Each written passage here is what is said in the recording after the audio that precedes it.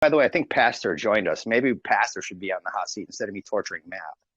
I I don't know just if wanted he's to I agree, and it ain't good. torture. It's fun because it helps me, gather what I've learned and then package it into something less than a million words in my mind or a million Right, pictures. So right. so what I've seen and what I'm more focused on now is because I've spent some time you know just looking at the big picture and studying enough to get a feel for what's going on in a basic core level.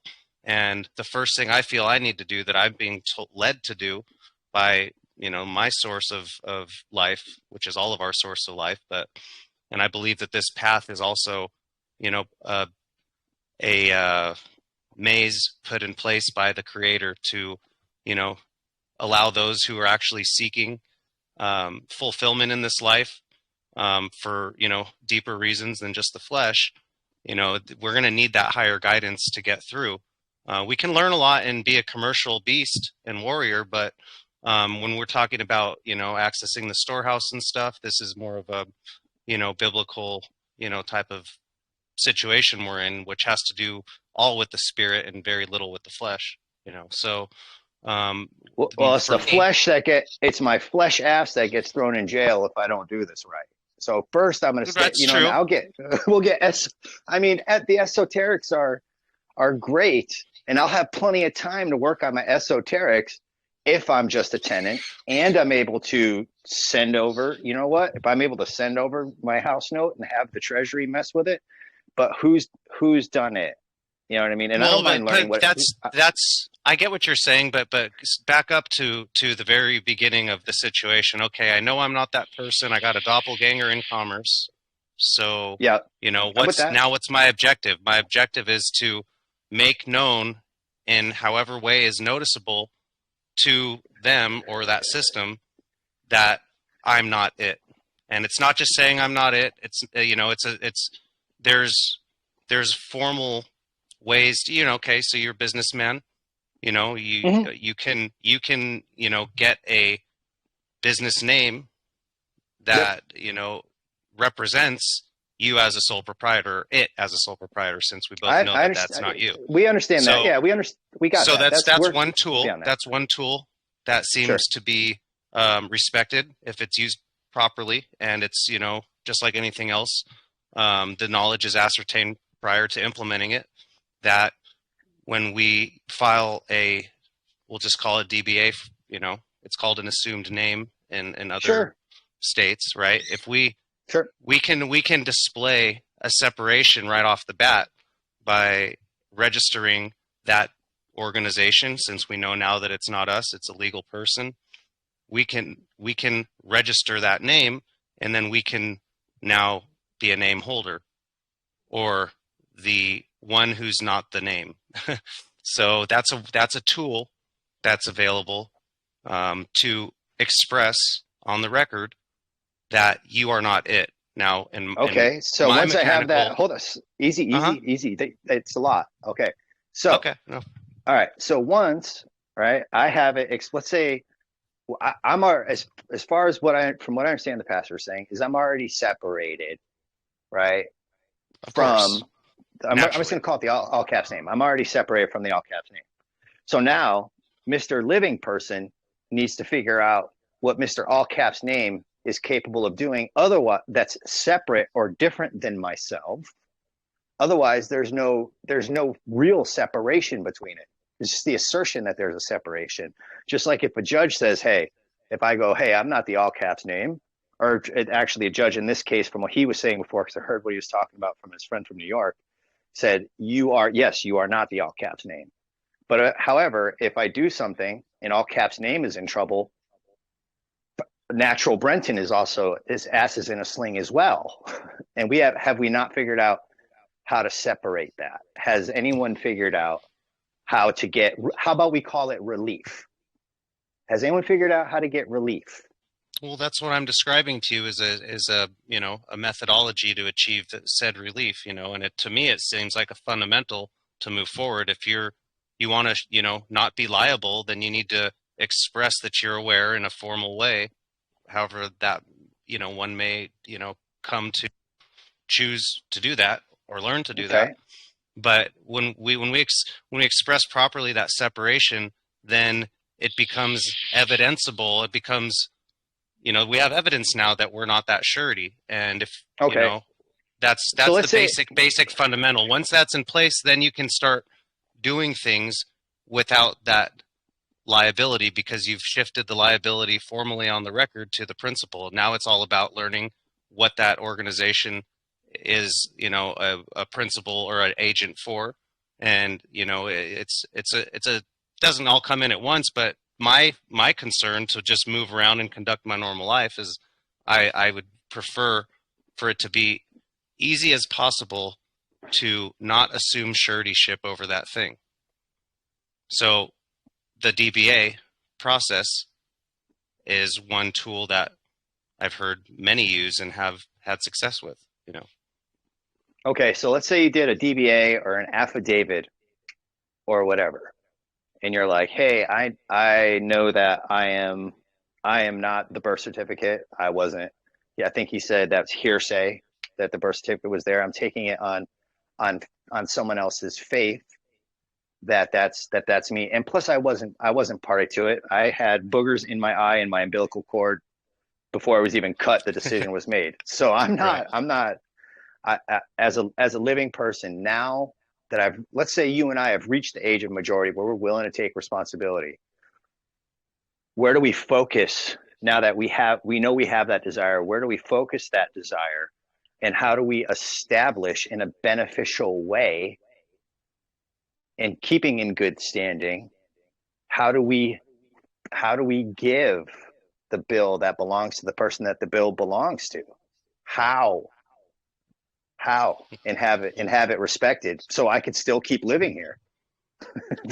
Well, once what you That's said, you used a really good word, actually, respect it, what. because many people Yeah. try many things, but if they don't respect it, then we're relying on others to process things that we send them, or to move, to correct records that we request or demand. So we are relying on others to, quote unquote, help us in any of this. Would you agree with that? I do agree with that, of course. Okay. So in that regard, um, the the really the first thing that one, in my opinion, needs to do is to, you know, create a gap between you and that entity. And, once, for me, because, it's really easy to get caught up in a lot of different concepts, because that's just the nature of the rabbit hole, I guess, whatever. But in this scheme of things, I need to actually move forward, and I can't spend my time, exhausting myself swimming and dog paddling, expecting to get, back to land when I'm in, far offshore. So I need to, assess the waves. I need to make sure that I'm using the right, swimming motions to move back. And the entry level, position that I've come to terms with, that I'm, is basically creating that separation. And because it's not my person, it's theirs. They might have assigned it to me, or I might have interest in it based off of its creation and how it was created, or what they've done with it, or that I've, as an agent for it, unknowingly, I was a surety for it. Well, that's a benefit to the principal, and ultimately that gives me interest in the situation. But before I start to try to do anything on its behalf, I need to have power of attorney, or some sort of permission to be doing things with somebody else's stuff. Or how about I need to have some kind of understanding of what type of control I have. You know what I Well, mean? that's what It's just yes. it's what it is. It's control. Let's just call it what it is. So But it starts within the self. It's a self-control, and being able to, implement your internal self-control outside of you, combined with the knowledge of the circumstances. And that's where, I okay, see for and now myself we're on. movement. So aside from the metaphors and analogies, right? Because I think you can kind of feel my personality. Aside from the metaphors and the analogies, I'm looking for the the action. You know what I mean? Like I don't want to talk about like I do want He's to talk looking about for the quick answer. I know no, what it's I not. and what No, I'm no, it's not. what I It's not. want to Stop. tell you. It's not. I didn't. It's not. Look, Wait, hold look. on, That guys. No, I no, feel stop, you. I stop, can, stop, stop. It's not. all right. No, wait. No, no. I got you. That will Go not ahead. go. That will not go unrebutted. It's not the. It's not the quick answer. I am looking for a direct answer, and I don't You care want to how reverse long that. engineer it. You want I to wanted. hear the end result and reverse engineer it. That's what I, mechanical minds like to do. well, that's what all people like to do that want a result. You know what I mean? Well, I don't want to sit. I don't want to sit I back feel and you. admire it. I wanted. I want. Well, Right? what Are we here you're to? looking to Are we here to? discuss, what you're Yeah. looking to discuss and get the answers to, God's not going to give you those answers until you focus on the first. You're talking about way down the line steps. We got to address the entry level. We got to open the door and walk into the room before we start playing inside the mansion. So we're just talking about opening the door right now. What you're Okay, trying to discuss is rooms deep in this mansion. All right. Well, because some of the things that we're taught. Actually have a signal finally for briefly. Oh my gosh. Matt's been doing the Lord's work. So Look, so Idaho, I'm in Idaho, so yeah. So Matt was Pastor, if we can pick up where we left off. Matt was kind of giving me some of the spiritual concepts behind it, but I'm looking more for the tangible, like some of the things that you were saying. The spiritual applies. Right. And I'm with it. When I say it applies, we have Yeah. seen documented evidence in court that it applies. Okay. You won't get any resistance from me on that. Okay. The Lord's Prayer to get rid of about 8 misdemeanor traffic citations. Okay. So what I'm asking is, all right, let's say we approach and I am the age of majority. All right. Who would I notify and what is the benchmark for me to become the age of majority? Show your competence. You don't tell them you are. You prove you are. Okay. How do you do that? By learning how the system actually works and doing it. When you become competent, the system checks the boxes and says, oh, we got one that can see. And they change your status. You don't change nothing except your competence. And then another, just when you use the term, age of majority, that applies to the person. And, some say that part of, getting to the point that you're asking about that I said was rooms deep in the house involves getting that person recognized as age of majority because it's the one that has minor disabilities and we're the one expressing its minor disabilities, so we're really intertwined with this thing more than we know. And that's why for me, I speak about the spiritual aspect of it because this is they talk about the duality of man and, this divide and this void that we all have.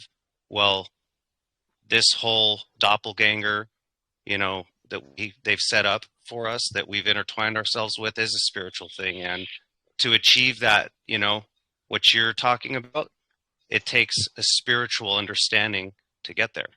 Or you can lean on your own understanding and learn it all, and you'll be the one that's backing you in that regard.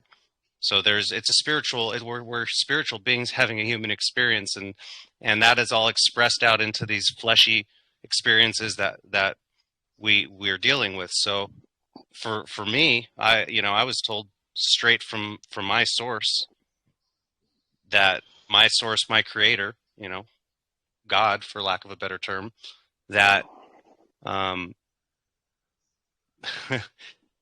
what this path What is not for physical. It's not a physical gain path. And if there is physical gain, it's a reflection of the spiritual gain that I've acquired from my due diligence, and discerning, what's going on. And it does take time and a lot of reading and a lot of listening and a lot of questions. And so what you're talking about is years down the road. Okay.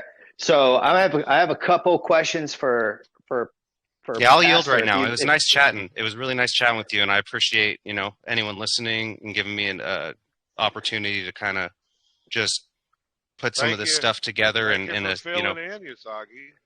Yeah. Well, it's part of my learning to be able to if somebody has less study and I'm posed with a question, what it does is it forces me to now live up, walk the walk of what I've actually studied.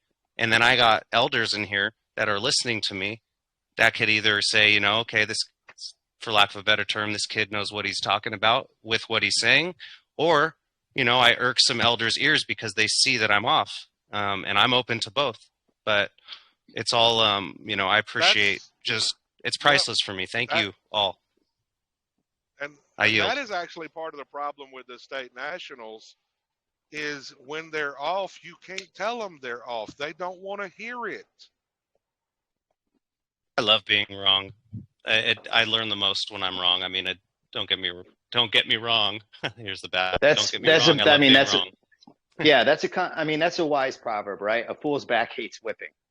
You know what I mean? So yeah, a correction when you're wrong is great. The law of nature is set up to where we do our best learning through adversarial or struggles. All right. So, Pastor, when you get a bill for a house, when you get a bill, right?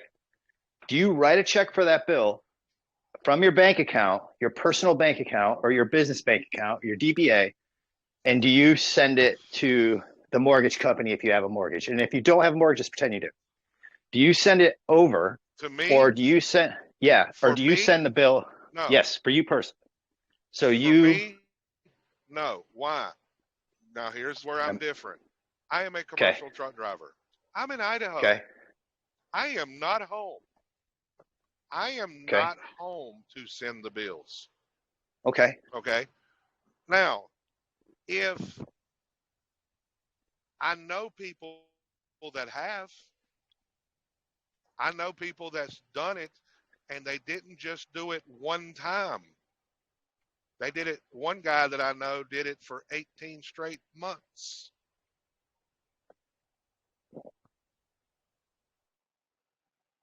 Right to the Treasury. So are you able to do that? Can you? Mm-hmm. Yeah, I'm able to do it.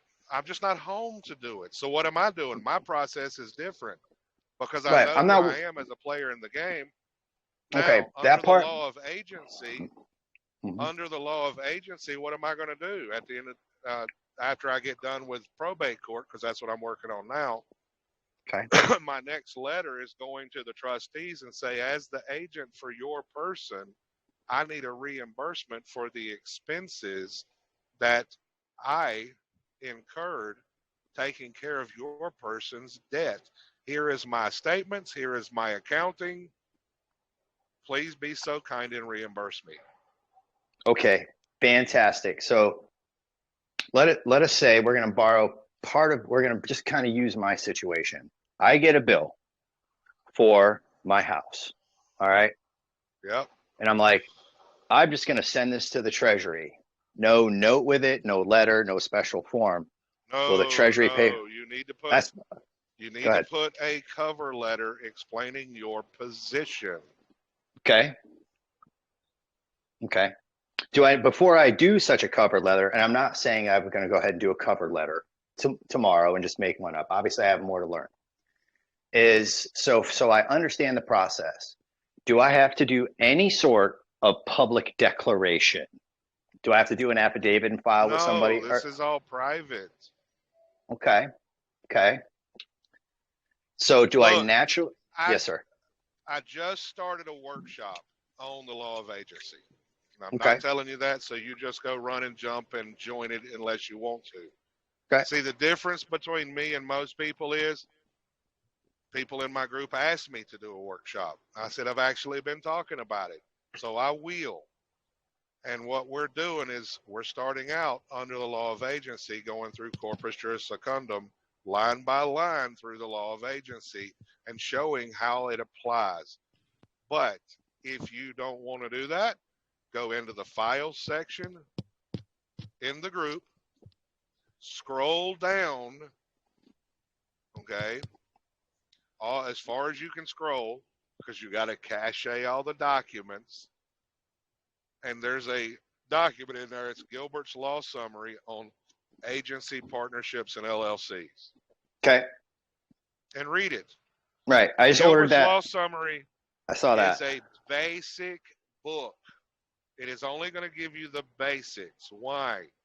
It is designed as a pre-test book for law students to prepare them to take a test. It's not going to go over the amount of detailed stuff that I'm going over in the workshop. Right. And I don't mind doing the workshop. Your workshops are extremely reasonably priced. You know what I mean, for what you're studying. So I don't mind doing that at all. Yeah. So I'm not doing any kind of declaration. Not in the public, no. Is there a declaration in the private, or is just an understanding in the private? Yes, it is a declaration in the private. Oh, really? They are the trustees. In the last class, I showed the group in corpus juris secundum. There's a section that says estoppel from the agent admitting they are the agent. Why? You are not to notify the creditors. You are the agent. I said, look at here. The agency position is a private position. Because why? The only person you're supposed to be communicating with is the principal.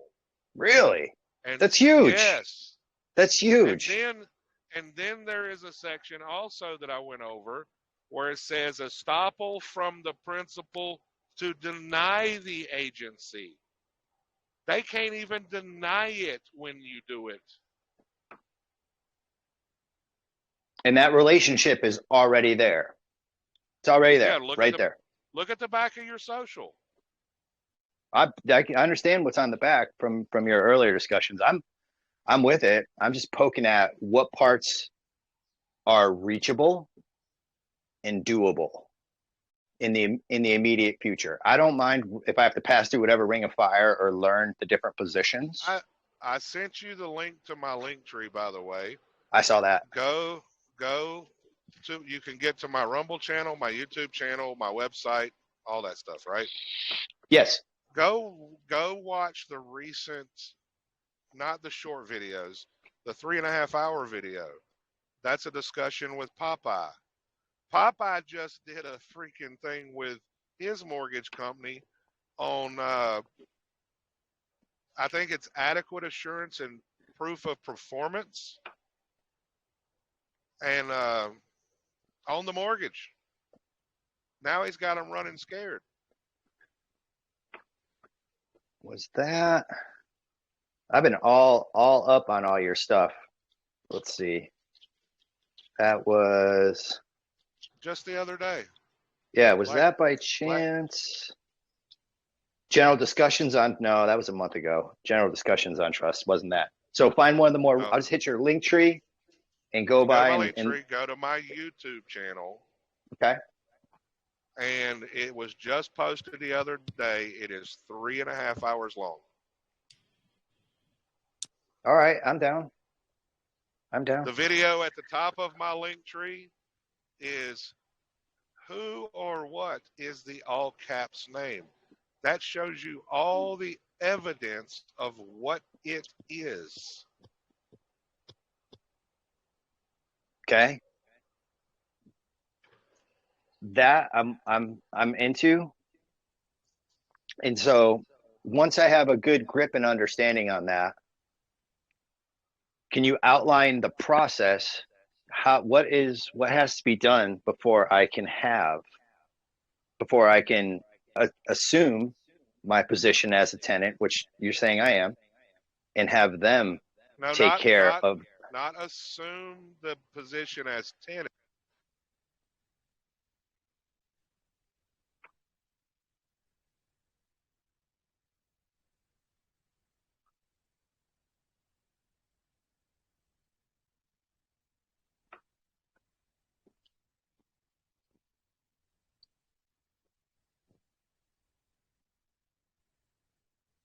He went down the mountain again, didn't he? Did Hey, Brendan, it? I want to wrap around real quick, and because what Pastor is pointing out in the law of agency, Yes. this is what it's all hinged on, and we've been acting, basically the agent is has a basic responsibility to forward, just like a registered agent for a business. Their only responsibility is to forward service a process to the principal. So or anything that's received for principal, they're just responsibilities to forward it to them. So in order to implement okay, so you're aware, okay, that's not me, okay, I'm aware that it's got a principal, and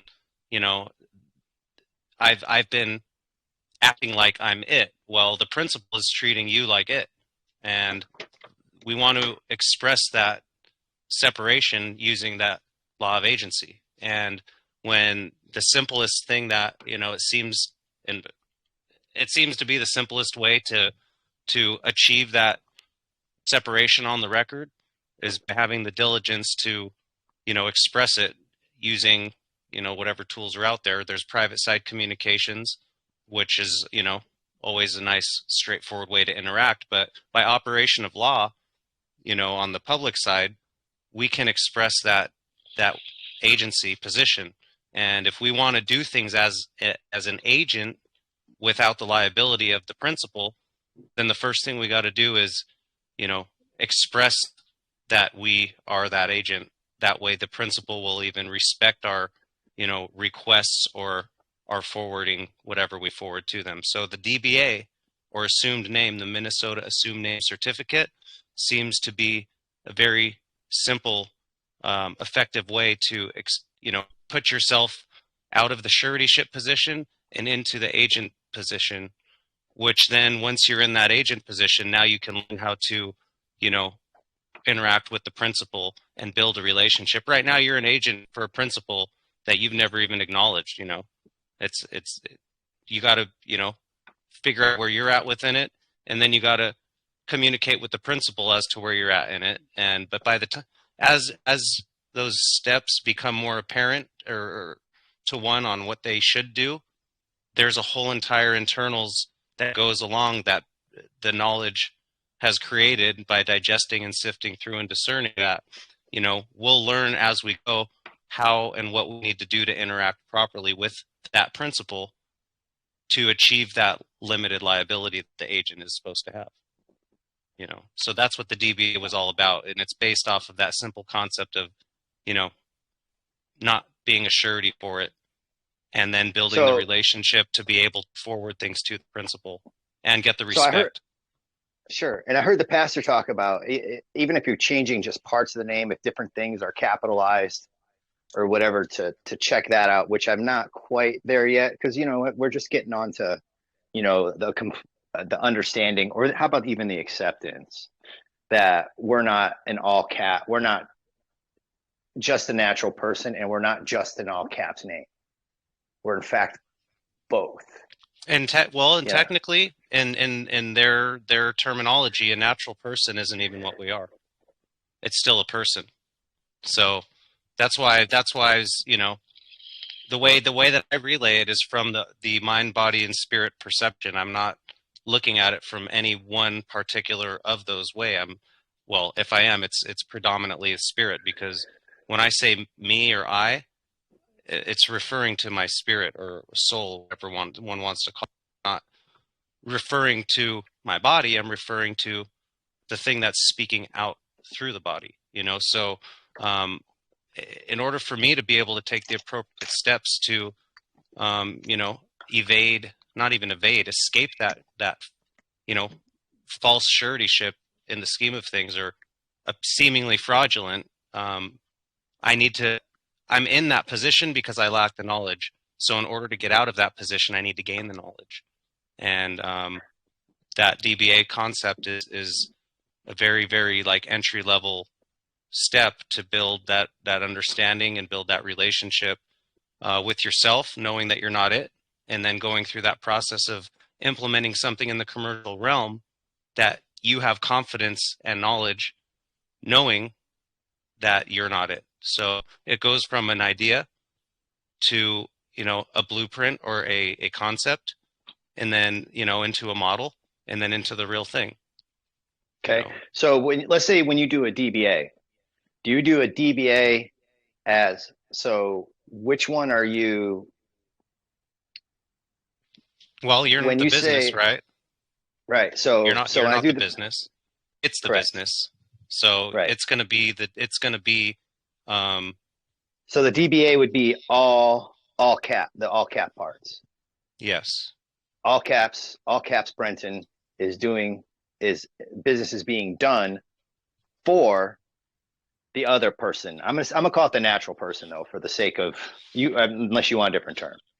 So well, for the no, that's fine. I get what you're saying, but as time goes on, and we learn more about what's actually going on and what, these different terms of art and the language and stuff, then we'll naturally not want to use that term natural person. So, but I feel where you're coming from, and I'm adaptable because I've used other words as common speech, but then I've evolved off of some of those words because of the dual meanings they have and stuff. But I'm on the page with you, and just so you know, the DBA, like in a state like California, is different. The principle is very similar, but it's different than an assumed name certificate. So for you, I'll send you a link too. There's one in these rooms that has been in this stuff for a long time and heavily, relies on that mechanism to achieve some very, very decent relief for many other than himself, naturally, because he's, used it for himself, but he helps others, and he really has a very strong understanding, of the assumed name certificate and how, to apply it to achieve the basic separation that we're talking about. So look at assumed name certificate, research it. Right. You can but probably really, go in reality, though, that's a simple, right? That would be a simple thing to do. It's not a difficult thing to do. DBA, I don't have to walk through like a valley of broken glass barefooted. I just have to knock that out. And then once I knock that out, then I just have to get a EIN or whatever kind of trust number. No. Possibly. It depends on how you want to walk or proceed after or accordingly, because there's different, paths, hiking that, a lot of paths have the ability to lead to the same place on the mountain. But by the time you actually, there's two ways to go about anything, to just do it, let's just say quick and easy, sleazy, or, half-ass or full-ass, so if you put full-ass into learning about the assumed name situation and how it may apply, you might do it different than the average individual because you have knowledge that supports the way you would do it, that might achieve an outcome, that's, a little more stronger than someone else's. But that's all you discern once you have the knowledge or acquired enough knowledge to, see what's going on with it. That in particular, ultimately, it's going to be, by the time you have that in place properly, you'll get your next steps revealed to you along the way. But if you're serious about, handling your affairs the way that you think is proper compared to what you've learned, then, you're going to be fed bits and pieces, by the source that's guiding you as you need them. Because if you get too much and you're serious about it, it's going to create hardships in the process. And I think for the amount of time you said you've, been involved in this study, you've you've landed in a really, really good spot. So you can do you can literally do years worth of learning in a fraction of the time, because Well, that's the idea. Because I'm not. the I mean, intent of who you're around. I can Yeah. I can hear and understand what you're saying. It doesn't seem like it's entirely too. I just don't see it as that mystical or difficult. You know what I mean? It's because I don't think it's. I think it's just understanding and accepting and moving through. So let's say, for instance, you get your DBA, right, and you have your all caps name, right, and everyone's like, okay, you get your EIN and you're this and that. So of the two persons, I still have the social security number, right? You have the card Like, in your where's possession. But I'm saying when I identify myself, right? Do I need a social security number, or once I use, like, what's the point of an EIN if the social security number is stuck to me like glue, right? It's always going to be stuck to me. That's all part of that's, because you have a, a mechanical mind, and you're, sound like a diligent businessman. Like you can see into the future of what what you would be striving for, but there's prerequisites that, it is simple in concept, but when it's easier said than done. So it's the cliche, right? So, it's really, really like just making sure that you don't try to take too many steps at one time, and don't do things that you don't know. And that's Sure. pretty much what determines how fast someone will move and how much they will learn and how much time it'll take them to learn. So when you get go ahead. Go ahead. Really, seriously, you're going to get the best footing in the whole wide world if you listen to the discussions on agency, law of agency. Okay. Because if you have a business mind, you see how the money moves and everything, and you see your role in how the money is handled through you and around you. And I don't understand the concept of a DBA. I think people are making it even harder doing that, because you have to look at the birth certificate as the entity. That social security number is already what you're terming as an EIN, because anyone knows that if you're freelancing or if you're doing side hustles, you can use your social number as a business number for filing taxes and things like that. So that it's already all set up. So I think the DBA may be something that's a little more complicated that is being overshot. But I could be wrong. But when I hear DBA, I kind of draw back on that. But agency law, seriously, will help you so much in understanding how everything goes around. Is this Hannah? Right, Chance? Yep. Okay. Yes. All right. So I think, I get what you're saying, because you can do instead of an LLC or whatever, you can do a sole proprietorship. Sole proprietorship, you're going to roll your own. You'll probably roll your own social anyway. You don't even have to do that. The government's already set that up with that social security number. Right. Because so yeah. So my public side is already set up, right? So I don't need to do another public side, because it's unless I want to say, hey, unless I want control of some kind of trust, which happens to not be theirs, maybe would be the only reason why I would do it. But I haven't been given a reason to open up another trust. You would set the trust up, and the trust would have its own EIN number. It wouldn't, right? And you would be on the trustees, or you would be the grantor, and would be able to conduct the business of the trust that way. So that's getting into trust law, which will come after law of agency. Okay. Yes, and just to be clear, that DBA is utilized. I use the term DBA because I knew you would get it right away. Right. But the tool that you use is in that regard is in Minnesota, and it's called an assumed name certificate. And what that's doing in its basic core function for one who utilizes it in this way, or in general as a DBA, is to express the non-surety position and move forward in the agent role. But that's a great question. I have a question for you guys. Actually, it's going to be a sweet one, and this is going to be kind of one that I don't have a way of answering myself. It'd be so awesome.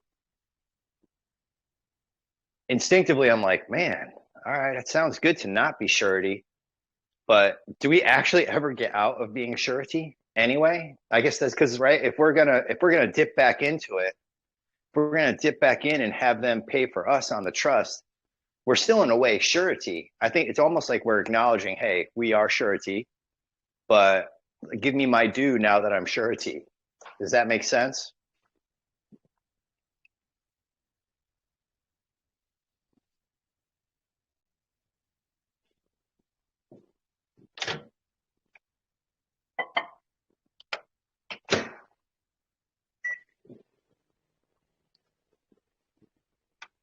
Are you in Pastor's group where some dude posts a lot of posts and does some really cool stuff? I'd be super down. I'd be super interested. And actually, you know what? Matt's Okay. an amazing person for putting, you know what I mean? Just taking all those hammering questions, That's awesome. Well, hammer it on, man. It helps us all learn. Well, he talks about the usufruct, and I am just, believe me, I had to put stuff on hold because I'm having family issues. But understand law of agency and how it works because I worked in money for 30-some freaking years. But there was a whole bunch of posts where they were discussing the usufruct and expressing the trust and then executing the trust and all of that. And I screenshotted all of those because I was like, finally, because it was kind of, I don't know if I was missing the chats on the usufruct or what, but I think that is a cornerstone piece, maybe. I'm just grasping at straws. Just so that we have a common understanding, if I'm not mistaken, usufruct would be the ability to use the fruits of someone else's labor to derive a benefit for yourself. Is that the correct understanding of usufruct? The use of the fruits of another. So. Yeah, pretty much. Okay, that's what I thought it was. All right. I love all the different. Because we want to term ourselves as we have interest in that Social Security trust or the Seska V trust, but because they gave us the paperwork, I think. Okay. Puzzle pieces come and go for me. So if I'm not right, somebody speak up. But that is where I am in studying that and trying to figure out war powers and all the other stuff's kind of wild. I think one time I saw something about that, and the idea of usufruct is that you can use the fruit of someone else's labor, but it also has to be at least from the ex-military, so at least from the concept of like an occupational force, you can use what's there, but you can't destroy it, and you have to return it to the same condition or better as when you found it. Would be the military term for that kind of thing. That's how we would use it. Now what they're saying is we're under wartime law right now. So like right now, the problem that we're being treated as belligerents because we don't understand our position in the role of being the agent and how to express the trust and all this stuff. Is that making sense to you? Yeah, it does. And actually, I've read a couple things too about, like I said, I've just been cranking at this. You know what I mean? So so on the one hand, like you can look at something like what John McCain put out, which is that belligerence is a terrible crime. But if you look at the Supreme Court concept, is that you are to stand on your own without a representative and fight for your rights, your Fourth, your Fifth, and your Sixth Amendments without in your own person from your own lips, and you're supposed to fight for that belligerently. Right. Belligerent, like battle, straight up. They call it combat. Before you guys go on, I want to ask you, how is the layman supposed to know that they are in combat? How are the regular zombies of today, how are they supposed to know they're in combat? They don't know this. So what was the first clue? Well, I really wasn't, that theoretical question may have some value, but as far as what I do is when I read something like that and it says that there is no way for anyone else to recognize it, The lazy or apathetic will have no rights, and that's all there is to it. You're not treated as the age of majority. That you're a pauper, you're an infant if you don't stand up for yourself. So I just took that Exactly. as okay. Right. I'm ready to stand You're right a now ward today. of the state. Yeah, you're a ward of the state. And I want to limit that as much as humanly possible. Like, as in, if you can hear from my tone, now is fine with me. Now, not 10 days from now. Not after I learn 1,000. I'm like, I'm ready. I'm like, get it. You know what I mean? Now, Brent. Yes. Brent, I went through the Anna Von Reitz stuff. I've went through the David Straight stuff. I've went through all the crap gurus. That's the reason I am the way I am. I always go to the government's own documents and I their love that. own words. Right. Like your concept of where you started, I'm going to use a word that they like some other people like use, parsing. You started bang, you just kind of dug right into, you're like 1933. This is where it was converted. Gold is no longer gold. Gold is mortgage and your Fannie, Brenton, together. Mortgages, Fannie, property. Go look at the people. You're seeing the videos start popping up all over TikTok and on YouTube.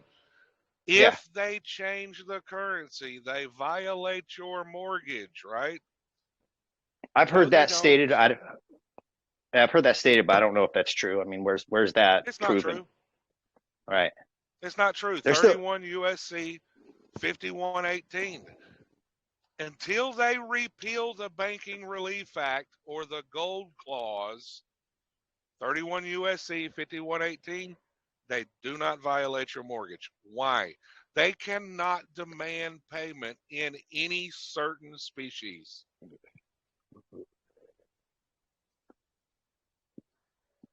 The problem isn't the species. The problem is the lack of the ignorance of it's the lack of knowledge of the people on how the banking system actually works. My buddy Mark in Minnesota got a traffic ticket. He waited for the judge to find him guilty and assess a fine.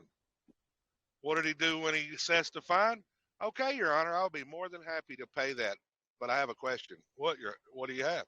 He said, dollar of what? He said, $1's just a unit of measurement, no different than a gallon, an inch, a mile. It's just a unit of measurement. Dollar of what? They won't answer that question. You know what I think I can settling the traffic ticket with? He used grains of rice. He used grains of rice.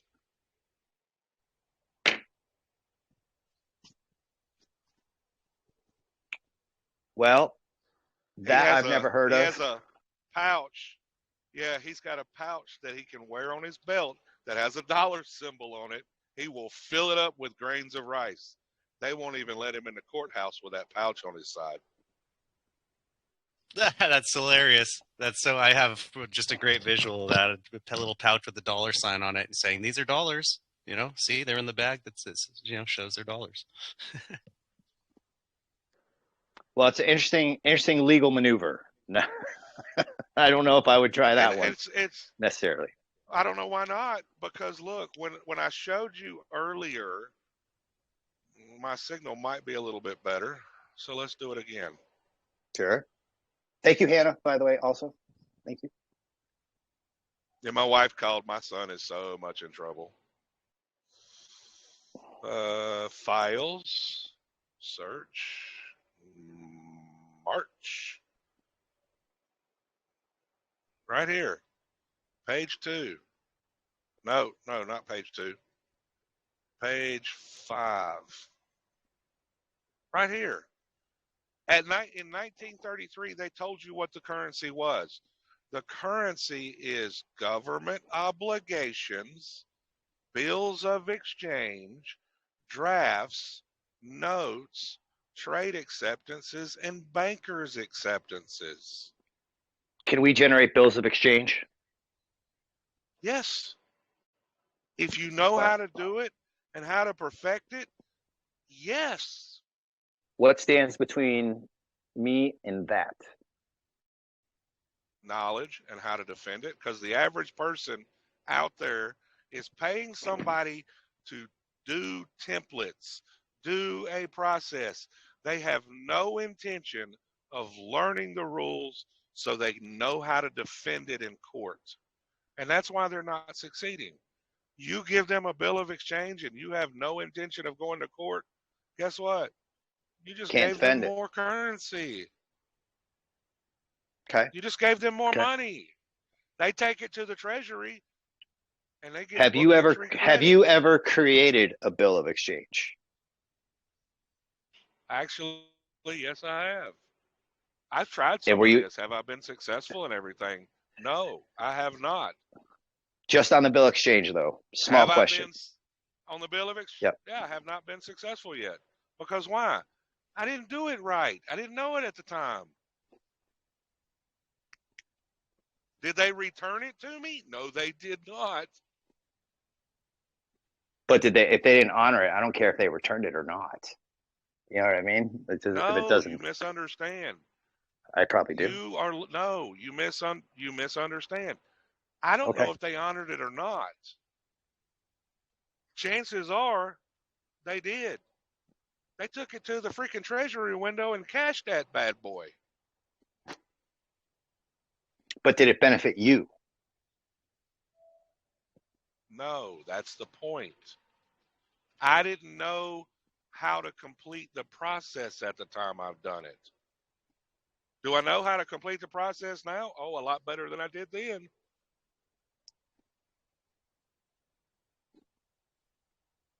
Look, I've done GSA bonds on a family court case, and yes, I saw weird stuff. They went away. I freaking had a traffic ticket last year where I used the agency argument 12 days before court. They sealed and dismissed the case. Are you going to have a success on everything? No. The question is do you have the knowledge to defend it, and are you going to try? The system is not hard. The system is actually, the more I learn, the easier it gets.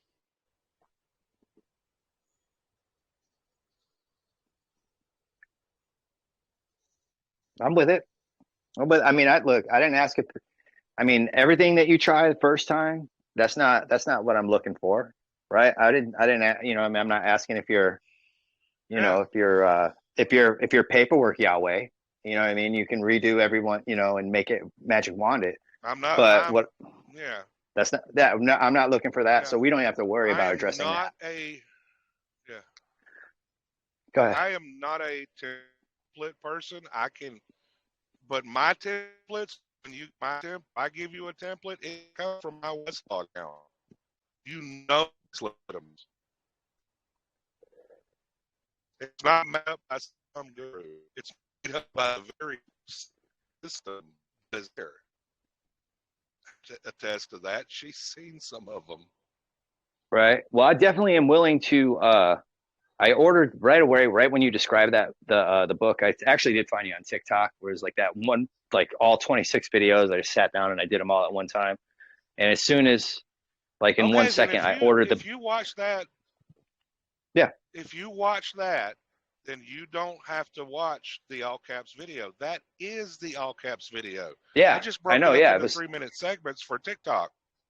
Right. Yeah. No, I saw. Yeah, I think the headline of it was the birth certificate and the all caps name, and you kind of worked out some stuff. Yeah, I watched that in its entirety, and what I'm telling you is I already bought that book, and I'm having it sent, and then and then I noticed you had a PDF link, so I can use the computer to look through and find my keywords. Like if I want to study more on agency, I'm 100% interested in doing it with you. I just kind of want to know where you're at, and if you guys, you know what I mean. And if you guys are in the learning process, I'll just keep gathering information. If I find anything, that's great. I tend to, you know, I don't mind working on it at all. Don't mind working on it at all.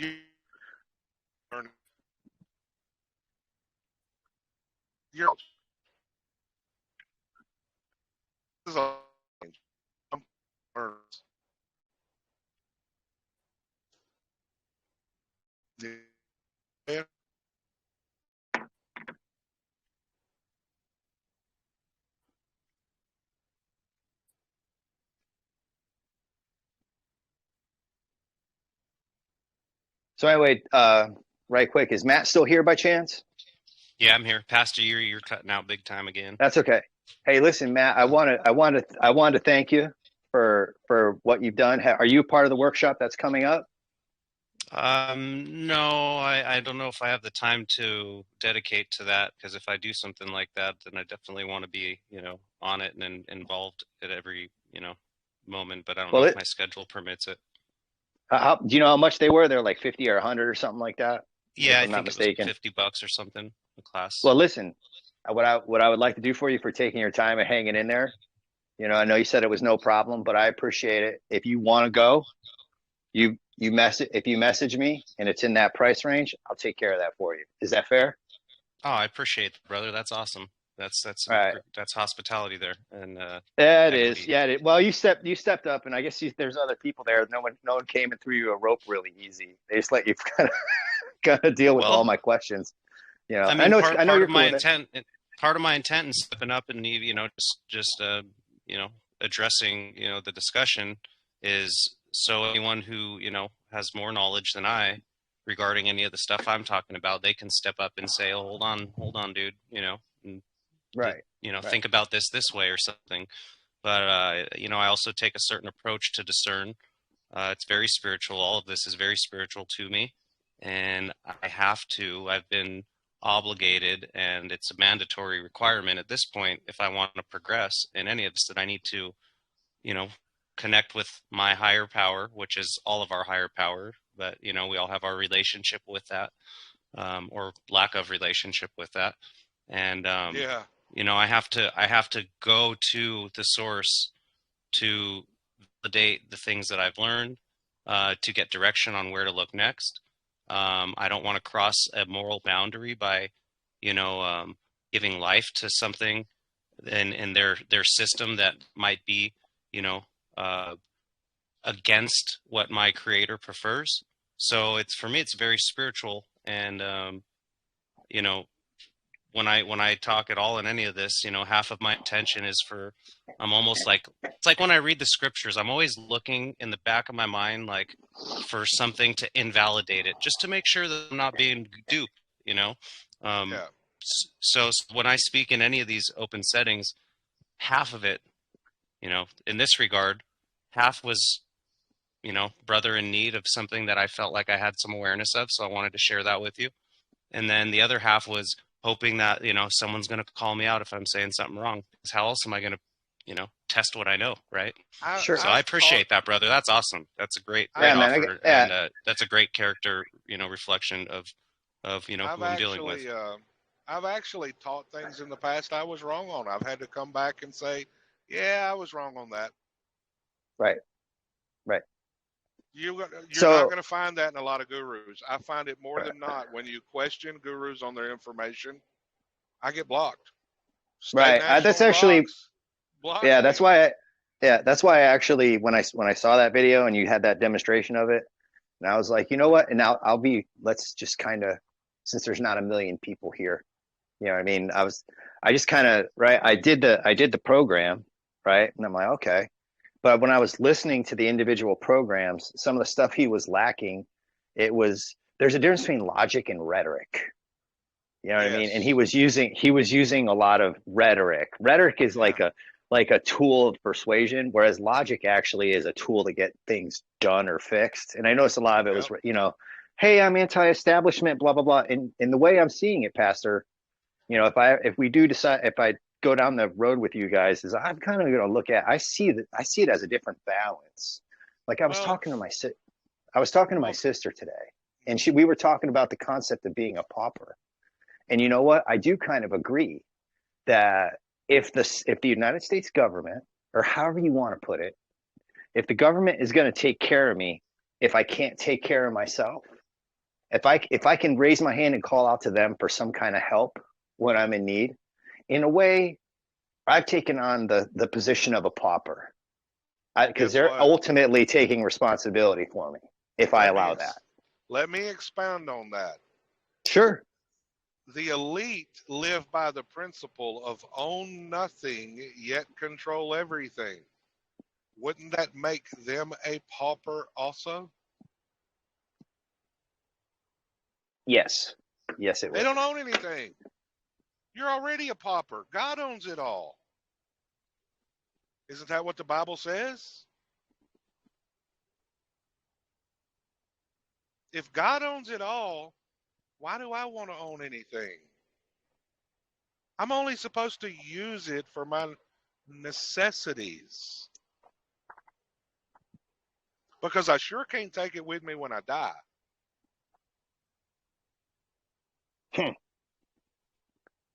That is a fantastic defendable position,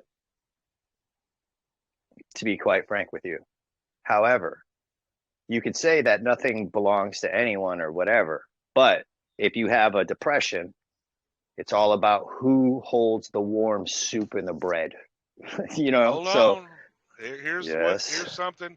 My buddy Popeye, when you watch that 3.5 minute video, he was on probation, running the risk of going to jail. And he tells the story of how he got off of probation. And one of the arguments that was discussed is, what is money? How do the officer would, well, how do you have a car? He said, what's a car? The thing that you go to the gas station in. And he would always ask him, what's this mean? What's that mean? In other words, you're trying to understand that person's concept, not putting your own assumptions into it. And eventually, when he got to the whole thing, what, you don't own anything? He says, no. He says, well, what about the clothes on your back? He said, well, I'm led to believe that God owns that. He's the one that provides that. Now, he says that, when he lays out all the stuff, the conversation of how it went, then he come back and said, when he tried to get the officer to talk about ownership or payment, the officer wouldn't even talk about it. He wouldn't even bring it up. He got off of probation. They sent him a letter that said the debt's discharged.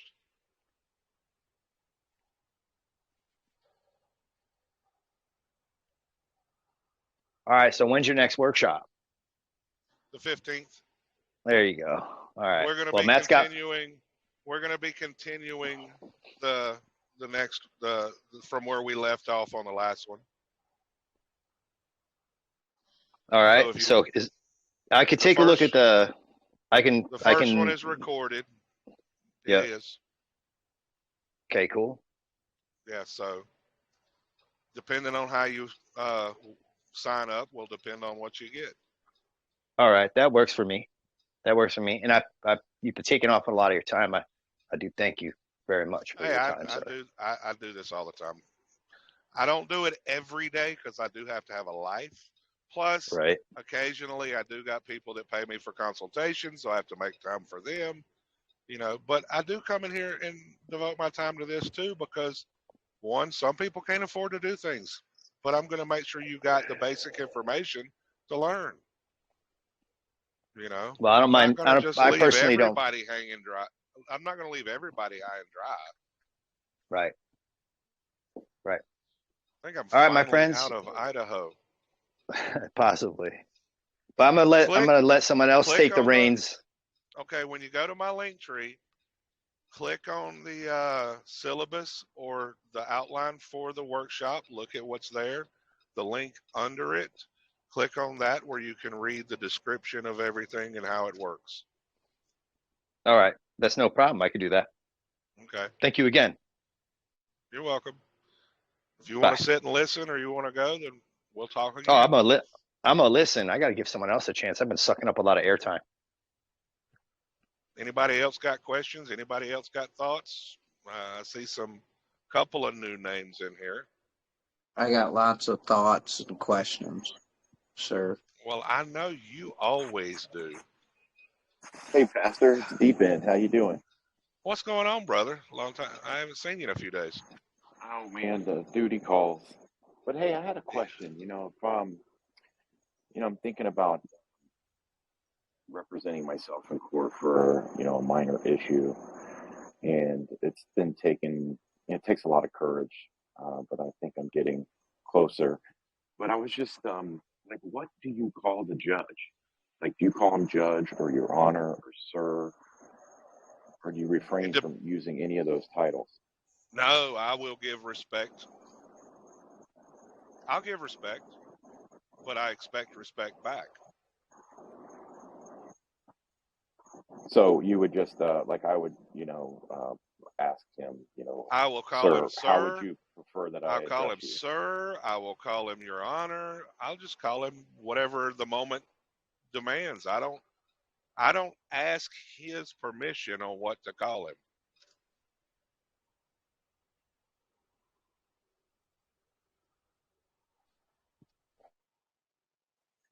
Yeah, I just wasn't sure if there was some weird way of getting into the wrong jurisdiction by using the wrong title. No. All right. No, there's not.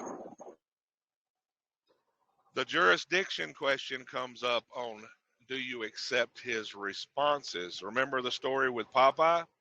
Popeye made the judge. He told the judge to call him peaceful inhabitant, and they went through the whole rigmarole. And what come back? He says, "Well, how do you think we should handle this, Mr. Peaceful Inhabitant?" He said, "Hold up, Your Honor. Where'd that term Mr. come from?" He threw that term Mr. in there to try to change the jurisdiction back to where Popeye was under his jurisdiction. See what I'm saying?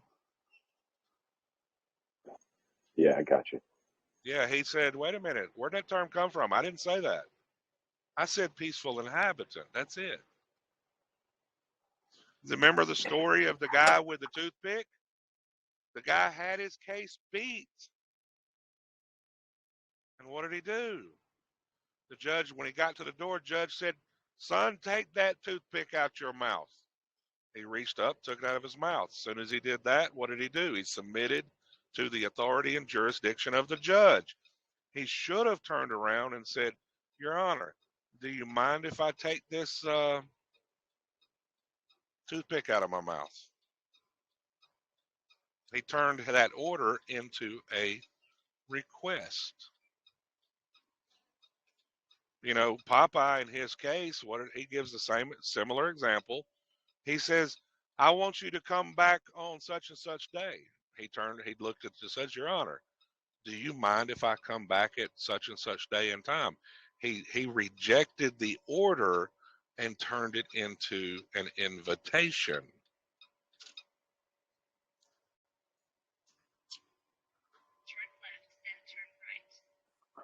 Could you touch on estoppel? Just look at the definition in the group. Estoppel bars them from. It bars them from doing what they're not allowed to do. And estoppel applies in many different areas.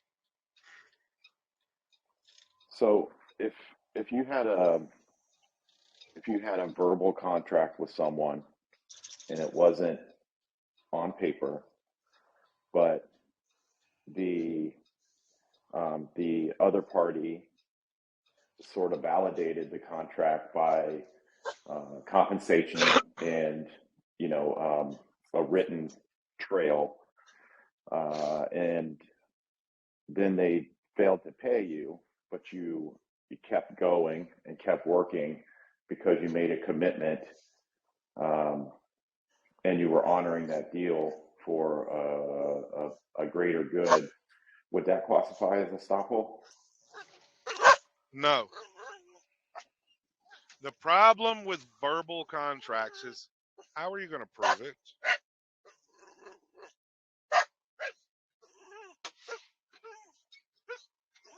Stop.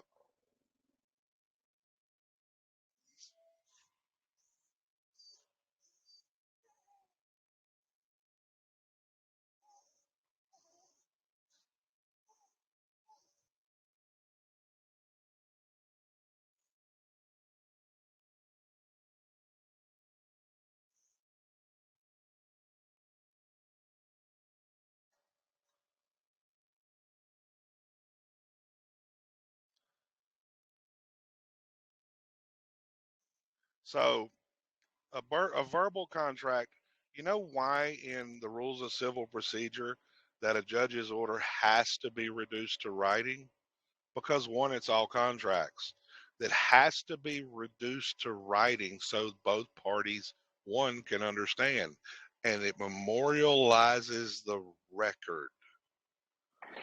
Well, if you could prove it through compensation and, emails, text messages, stuff like that, wouldn't Then, like yeah, your word as your bond come into that play? I mean, where does your word it come in? it can. If you have certain evidences, which is what that is, that's evidences, then that means you may be able to prove a verbal contract. And this is where the judge comes in and weighs the party's evidences. If you have all of this stuff, right, and the other party is denying it, right, but you have text messages that you're producing and you have this compensation, all this stuff, then yes, you might be able to win the case. Okay. But verbal contracts, a lot of people do verbal contracts, and they really need to get away from that. They need to understand that, yeah, we may have a verbal contract, but we need to put this in writing because that's how you protect your rights. Yeah, I understand. This was a handshake agreement that, would end up having a major written contract. And it's just kind of weird, but in my business, there are a lot of handshake deals. You do things by shaking hands and doing what you say, and then that will lead proving that you're trustworthy and you're good to work with, and then those lead into those nice written contracts that everybody loves.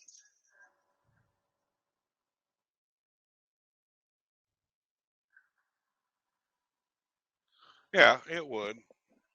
And contracts don't have to be complicated. You and the person can make a verbal agreement and just write a little note that you and him agreed to these terms and sign there. It's that simple. I understand what you're getting in a certain line of work. There is a lot of verbal contracts in the private, but you got to be able to document your evidence. If not, sometimes those verbal contracts end up, you're going to lose more. You're going to lose sometimes, not all the time. It depends on what you got. If you got all that, what you said, no, the chances are you're probably going to win. Well, I made a deal with the president of a company and he got terminated, and the principal was like, "Hey, that was between you and him." But, in my opinion, as me as a business owner, if one of my employees is supposed to do a job and they don't do it, it's my responsibility. Correct. The original CEO or business owner stepped down and it moved to the next party. That party may not have been involved in the contract, but the agent for the company previously was. And yes, that would actually potentially bind the company to it also. I like it.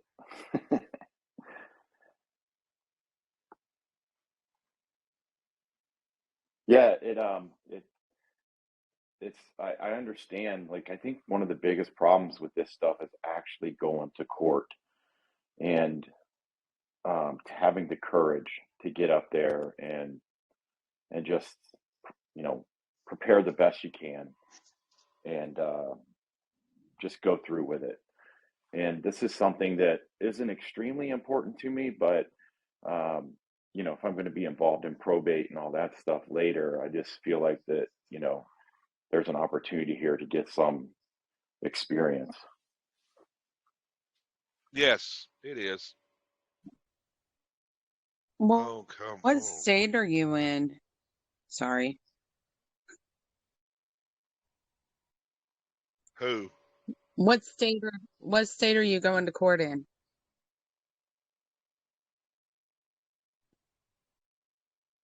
Deep in what state? Florida. State of confusion. Because in Indiana, verbal contracts are binding.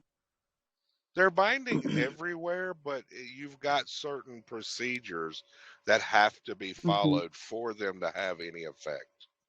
Well, you and Eric, Yeah. back about, I don't know, 6 or so Floyd shows, did a whole big thing on contracts. Member contracts, interest. Remember that day? Not really. I talk about so much stuff. I do.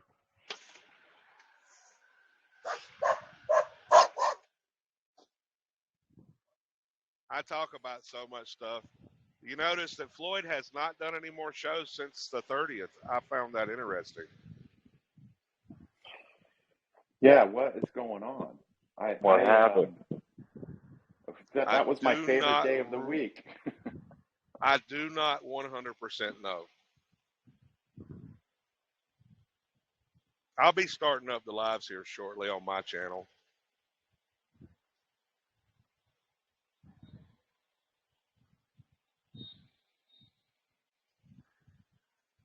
Yeah, it's funny because I finally got my mom to get on that show to start learning about this stuff. I'm like, look, this is the best day. You got 2 of the best guys. They're both usually in a really good mood. And then she got on one, and then the next week was the fallout, and then it's just been kind of fell off since then. Yeah.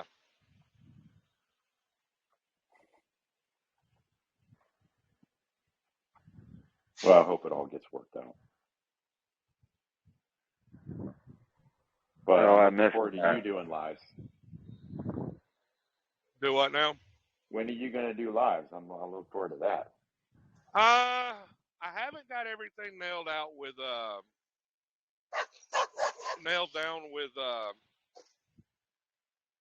with Eric yet. I know Tuesdays from 6 to 8 we're going to be in the church group. We're just going to be going through Bible study stuff. That way I'm not interfering with people's Sabbath or Sunday worship. And so I've got a group set aside for that. And I'm thinking maybe sticking with Thursday to do the live show. I don't know yet. I'm working on my schedule. Hold on a second.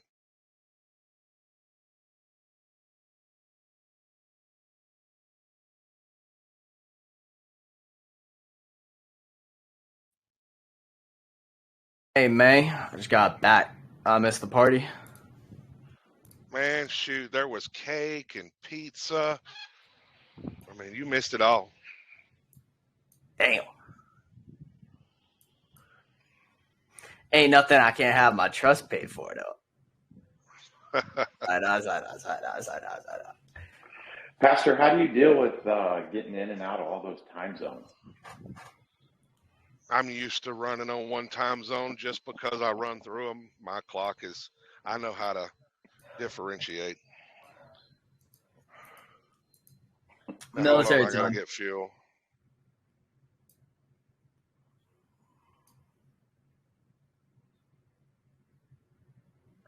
Where are you seeing the cheapest fuel?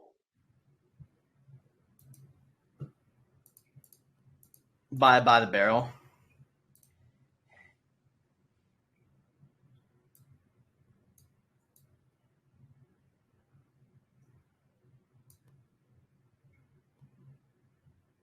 Like, where do gas companies get their fuel from? Refine it yourself. Yeah. There was this dude on YouTube who figured out how to turn plastic into gas, and he was like turning plastic into gas. Now, don't get me wrong, it may not be the highest octane. It may not have all the beautiful, chemicals and preservatives that BPs might. But hey, as long as it runs, I mean, that's what the people in the South are all about.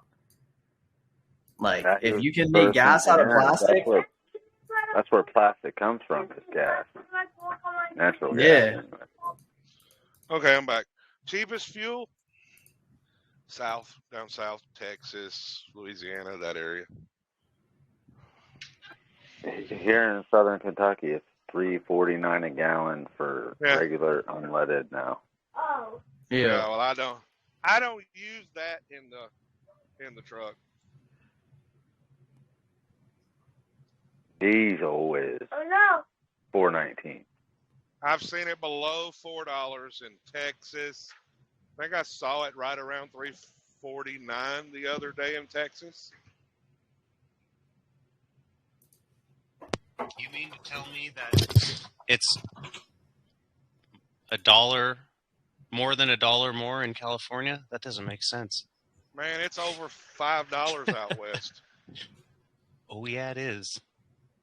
I can vouch for that. You not understand how taxes work yet? Pennsylvania has the highest taxes. It's over $5 in New England. So it wouldn't be far off for me to say that every dollar we spend is a tax, would it? Yeah, it pretty much is. What's the purpose of the license? You're paying a tax.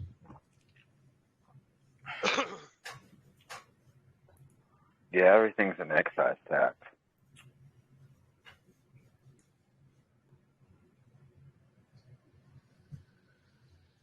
Learning the stuff I've learned, I really less and less have a problem with the stuff they've got. I mean, before my license gets renewed for my commercial driver's license, I'm going to be submitting my paperwork to the Department of Motor Vehicles and to the trustees expressing the trust and retaining my use of the license, and tell them that's your liability because it's your property.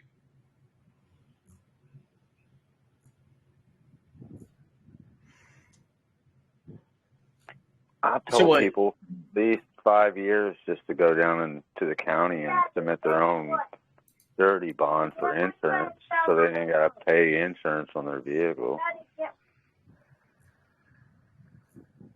What kind of bond?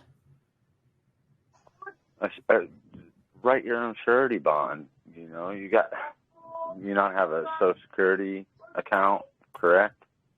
Yeah. You can write in to the Social Security office, have them send you a copy of what you have in your account, and use that as surety. I mean, it is your money. No, it's not. It's not your account. It's not your money. It is your money in your account. Well, no, it's your not, person's Matthew. account. Okay, so when I retire, I'm not going to retire out of that account, no? No, when you retire, you become a limited beneficiary. You'll never be the full beneficiary. I'm not going to collect more or less than what's in there. But what I'm saying is you can use that account as surety for any claims you have come against That's you right now. That's exactly what I've been saying, because you're the agent and it's not your trust. Send it to the trustees. It's theirs. So isn't there already like a little bit of like whatever you want to call it in there? Despite like if you don't have like a record of working.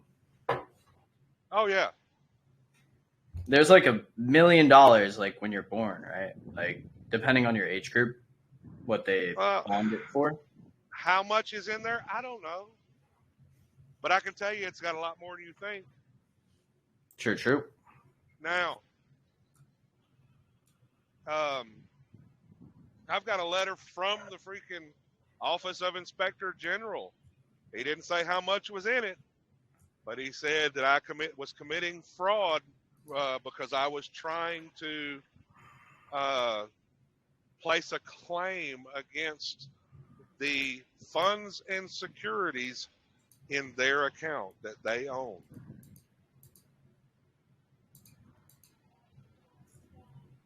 told But you, the I've trust done and the things state in the are past that I was they're wrong two different about. things. Y'all are getting the trust mixed up with your estate. It's not your estate, Matthew. You're the one getting confused. I told you that earlier. Oh my God! It cannot be a flipping product of conception. A product of conception cannot contribute to the trust. What's it going to contribute? What is it going to contribute to this trust? Matthew, why would they? It's not whether you contributed or not is what you're missing. It's not whether you contributed that matters. The corporations are doing business with the trust. Because you're not operating as the agent, you are volunteering for the liability when it's their liability. And the corporations are getting away with not paying the taxes because you're volunteering to pay for everything. It doesn't matter if you contribute or not. But there's surety. There's no surety in a dead thing. Yes, there is. There's no surety. Okay, what's it going to contribute? In trust law, who's the surety? The trustees. Yeah, otherwise it wouldn't be. Okay, think about this, right? Let's say you had a grandparent, right? And your grandparent dies. A dead thing. The res is a dead thing that can't contribute anything. Like, that makes no sense. They're still gaining interest on. Matthew, don't they tell you in the tax code the decedent is the taxpayer? Yes. What's a decedent? It's your estate. It's your estate. I get that. It's a dead thing is the taxpayer. It says the decedent estate. And what is a decedent? Okay, then go back to what the Sustaki Act. You know what I mean? Like, yeah. There's no. You can argue all day long about this, and you're wrong, Matthew. You just don't want to hear it. There's no way. Yes, there is. I guess I don't. Like, so what's funding the nation? What's backing anything here? What's backing anything other than the credit dead nation. Placentas? All the dead placentas they piled up, right? They're just burning them for energy. No, Matthew, that's where you're misunderstanding. You're so hung up on that what they did with the placenta that it makes no sense to you because you can't get it out of your head. It's not about you. It never was about you.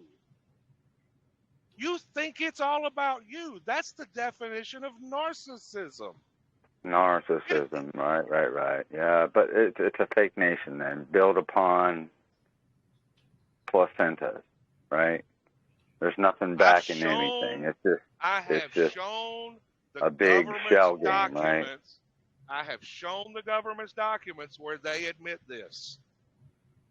So how's the GSA form work? By law, the GSA bond is insurance on the case. To insure the case. You're bonding the case. Does that mean that it's on not future performance? Future performance. It's all about futures contracts, correct? And it's how is the placenta going to perform in the future? The agent performs. Okay. The U.S. national debt is $31 trillion. And the unfunded liabilities is $182 trillion, and the U.S. total debt is $94 trillion. And Matthew, you're about the only one in this group that don't get it. I don't get it because I understand it. Like, I don't understand what y'all are getting. You don't understand it. Okay. Okay. No, you don't understand it. When you go back to the foundation. The birth certificate is not the foundation. The contract that was signed in the hospital giving assignment to the hospital over the infant, not the baby. The baby and the infant are not the same thing. The mother signed papers to take the baby home, but she left the other 2 products at the hospital. You ever heard of this term called operation of law? Absolutely, okay. Operation of law. That's why there's a trust form, because the birth. Go ahead. Hold on, Matthew. By operation of law, the only thing the hospital could record is what was in its possession. They recorded what? The umbilical cord and the placenta. Then you look at the No, they record an event. They report an event. Yeah, that's right. Okay, but it was based on what? Your birth, not a fucking placenta. Not yours. The placenta isn't going to perform any futures contracts. Only you can. It was not based on yours. Your mother and father never recorded your birth. Okay, and equity doesn't see through form, right? Now. No. What happened? Equity doesn't look through form. Hold on. Go look at the hold on. Go look at the Born Alive test in Black's Law Dictionary. Under the Born Alive test, it doesn't matter how long it lived. It matters that did the infant leave the mother's womb? Yes. The water. Who cares if it isn't going to produce anything? It's not, the contract isn't based off something that's dead and not going to do anything. Like, that's ignorant. No, it's not. Well, who the fuck would back a contract with a dead placenta? Like, really? That makes no sense. They've done it every day. It's in their laws. Okay. I mean, not to be fucked up. I mean, it does produce something. I mean, they sell that motherfucker. No offense. Yeah, maybe they burn it for 5 seconds and get 5 watts of energy. There. No, contract Matthew. complete. Matthew, no. Go look at Proclamation 2039. I have. I've been through all this. Now, it makes no sense. Think about it. Now, hold on. Proclamation 2039 says what? The creation of special trust accounts for all new deposits and withdrawals on demand, cash on hand, or used in what? Investments in United States obligations. You want to know how the trust makes money? Perfect example. Ukraine. What did Biden do? He sent all that money to Ukraine under what? Investing in U.S. obligations, expecting a return on the investment. It don't need you to make money. Go look at the comprehensive. No, it don't. BlackRock. The war is the money. The war is the money by us investing in ammunitions and everything else over there. Matthew, like, think about people there to bomb. Like, Matthew, we're not bombing fetuses, are we? Matthew, do you know about the comprehensive annual financial reports? The CAFRs. Yeah, the CAFRs. Yes, absolutely. They reinvest that money also. They don't need you to make money. That's what you're not getting. They absolutely do, because if we're not here, don't. Absolutely. If we're all fetuses, then how are they making money? If we're all fetuses, then how are they making money? We're just dead fetuses, scattered across the ground, not doing anything. You're flat wrong. It's based on all these fetuses. We're all fetuses here now. Look at it like what you're saying. It's based on fetuses. We're just fetuses laying on the ground doing nothing. Burn up. So how they making money on burn? I'm not going to argue with him. He can't get it. He's the only one that seems to can't get it. I'm not going to argue with him. He's being belligerent. But I'll read the. at the same time, I see his point. I'll read the definition of born alive from Black's Law. It refers to the product of conception after complete expulsion or extraction from the mother, irrespective of the duration of the pregnancy, which breathes or shows any signs of or evidence of life, such as a beating of the heart, pulsation of the umbilical cord, or definite movement of voluntary muscles, whether or not the umbilical cord has been cut or the placenta is attached. Each product of such birth is considered live born. No. Hold on. You're reading from the CDC document. No, I this want is Black's Law. Oh, the Born Alive test? But it just says born alive. Well, No, this is the look last at sentence. Born the Alive last, test. Okay, the last sentence is what? Each product of such birth is considered live born and fully recognized as a human person. Yes. You just got to go to the back of the line, man. Got to go to the back of the bus. Yeah. Go read that document I just shared in the group called the Born Alive test.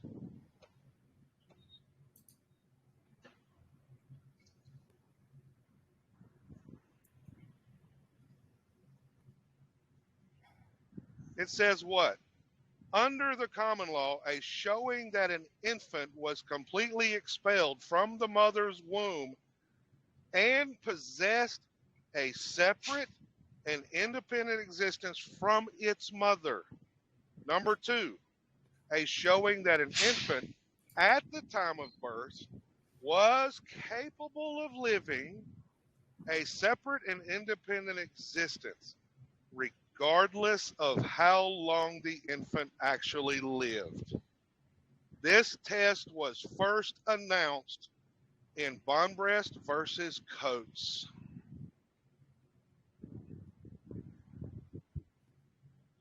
The placenta was alive when it came out.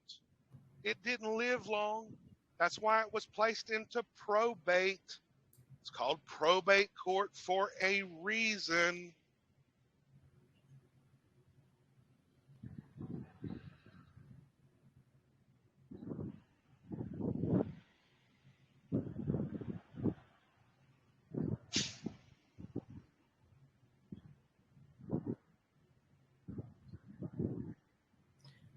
Yo, it says Matthew, you can speak now, but I'm not going to argue about this because I've got the evidence on my side. It is not my fault you can't see. I tell me how a fetus is going to contribute. It's not about okay, so it doesn't contribute. Yeah, so look, okay, look at it this way, Matthew. Listen. Okay, hey, wait. I know they run black operations. They can use an abortion. They assign a birth certificate to the aborted baby and a number, Social Security number, so they can run black operations for 2 years. 2 years. That's all they have on that. They don't need they can do it longer. They just do it to cover that. They might do it for 2 years. But guess what? 2 years. That may be what they do is 2 years. That doesn't mean that's all they have. They don't need you to contribute. That's what you're not getting. It's gaining interest. What interest if it's all fetuses?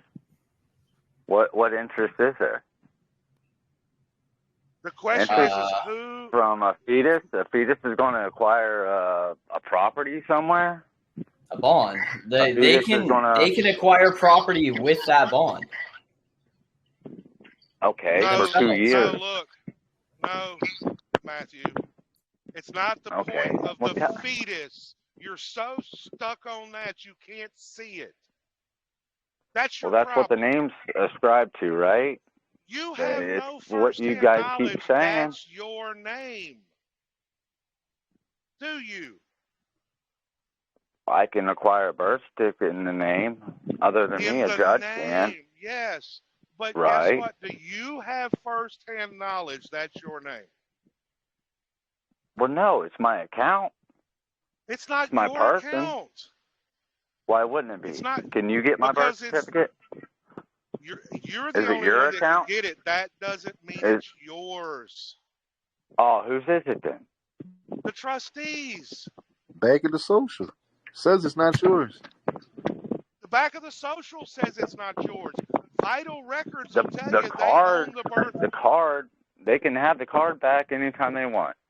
Ask Vital Records. I did this. Who owns the record? You know what they said? The state. Are you owned by the state? No, they own the record. I'm saying it's a record of what? If it's their property, you're sitting here arguing like it's yours, and it's not yours. They don't need you to contribute. Oh my Lord, I don't understand how you guys don't see this. All right. So let's say, for example, right, you have this, all right, and the government uses that to, let's say, for example, buy property, right? Or they use it to, make a debt, okay? And that debt has interest on the debt, or that property gains value over time, or the investment that they've made with that gains value over time. Well, no. Look, what is it? Is it a registered organization or a corporation? Is it? Answer that. None of the above. Yeah, no. It is one of those. Because why? One, the Federal Judicial Center in the video called Bankruptcy and Revised Article 9, Part 1 said it was a registered organization. Not only Said did they what say was a that, registered organization? the birth certificate Is a registered organization. organization. Not only that. And whose? No, There? stop. It is yes. KW went to probate court and asked 2 questions. Well, he actually asked 3. The first question, the court said, we cannot answer the first question because we cannot do anything with Ohio's property. The second question and third question, they did have jurisdiction over. They said it is a state agency and you are the agent. They cannot disclose this in public. No, you're missing the point. If in their documents it is their property, and you are the agent that's administering that estate in the public, so it can be funded. So the problem is you're not doing your job right. That's the problem. It is my estate, right? No, go ahead. I'm not done. It's no different than Microsoft. Microsoft is the same freaking thing. Microsoft can acquire property, but only if the agent does it. They created a trust and they said, here, go do things for the trust. But the problem is the people don't know this stuff.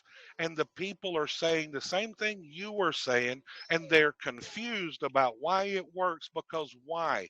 You've been so brainwashed to think of it as your property, you're this, you're that. You can't see it. Right, because a Microsoft program birthed a new program. Would it be real and simply then stated? That would be acquired under Microsoft, correct? And then that new program would be making money for Microsoft, correct? Yeah, and guess what happens when you went out in the name of that trust called the all caps name, okay? You went out and created securities. Those securities, call it a purchase agreement for a house or a car or a credit card, you put the name of the business on it. That means it's property of the trust. But you sit there and think of it as yours. You accept the liability of it, et cetera, instead of saying, hey, trustees, you have a debt that needs to be paid for your person. And what happens then? Then the national debt starts going down. Because why? What have we been doing all this time? We have been creating public debt. But it's not in the name of a trust. It's in the name yes, of it your is. estate. It's the name of The that estate. is a trust.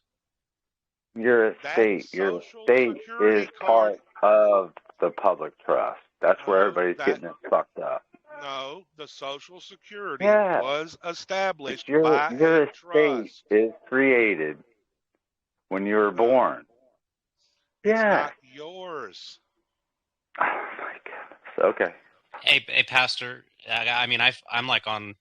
I feel what Barney's saying. I feel what you're saying, and I have my agreements with both things because it makes sense. Would it be more appropriate to? Because I hear it's I'm the owner or beneficial owner. I mean, at this point, okay. I'm convinced that if I'm anything, I'm interested, and that's about it.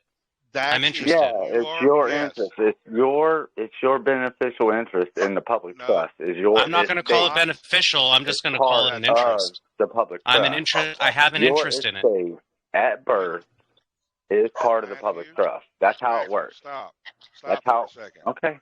Yeah. If you look at all the important definitions, beneficial owner, for one, dummy, straw man, all of these other definitions, it's always about you are using the property that another owns. The beneficial owner, yes, you are holding the property that's not yours. They tell you it's not yours. It's theirs. And the beneficial owner doesn't even apply to the beneficiary. I would venture to say that we're more benefactors than beneficiaries in this whole situation. Do you have the way that we've been operating in it? Do you have an interest in it? Yes. The problem is Matthew's way of thinking is this. He's accepting the liability. My thinking is if it's not mine, I'm not accepting the liability. I'll accept the liability. I issued the security. Give me the freaking recoupment. Look, if you accept all the liability, Matthew, if you accept all the liability, do not get mad when they put you in jail. All I have to do is issue a security and tell them to offset it with the security I just issued them. And guess what you're not doing? You're not doing exactly what you're supposed to be doing. If you are the agent never holds liability, but the agent is supposed to report to the principal, who is the trustees. You are sitting here coming from the mindset that you are the principal because you issued everything. No, you issued it as the agent. No, my person. I'm saying, right. That's why I'm saying you need a third party that you control. Correct? No. Okay. Well, then how are you going to recoup? You don't need a third party. All your own vessel. How are you going to recoup? How are you going to recoup? Your own vehicle. You don't even need your own vessel. The vessel was already given. Right, but that's but you abandon everything. You can't recoup in the debtor. How are you going to recoup? I personally am writing the freaking letter. I'm writing the freaking letter to the trustees once I get done with probate, because my time is limited, saying, hey, as the agent, I don't work for free. I need to start being compensated for my time. And two, I need a reimbursement because I have settled your person's debt and it was never my obligation to begin with. That's how What you name do are a you writing in? recoupment. What name are you writing in? You're Not the the all caps agent name. for this person. Oh, okay. So the real man factors in. How many It names do makes you no have sense. to use? Matthew, how many names can you use? I've told y'all. I mean, how many you want to And create? everybody, hold on, Matthew. Hold on, Matthew.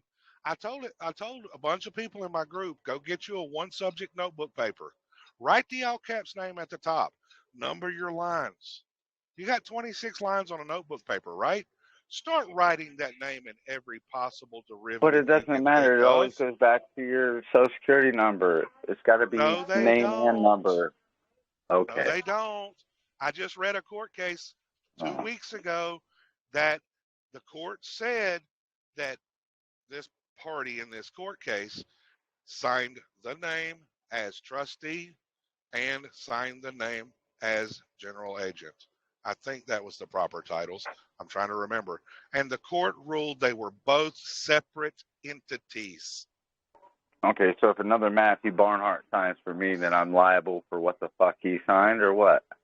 No, you are able to create your own different versions of the name and their capacities.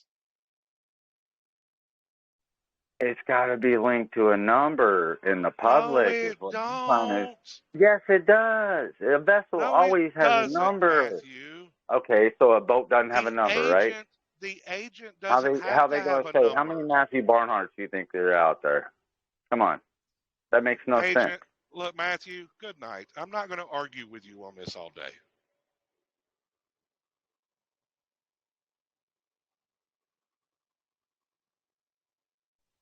Well, I'm sorry, but that makes no sense. Like, how many people have the same fucking name? Help you. How many people have the same name, brother? That's all I'm asking. Matthew Barnhart and Barnhart Matthew the same thing? No, they're not. It's called an item. But it doesn't matter. It's got to be linked to a number. No, it doesn't. Really? Yes. Okay. All right. Thank you.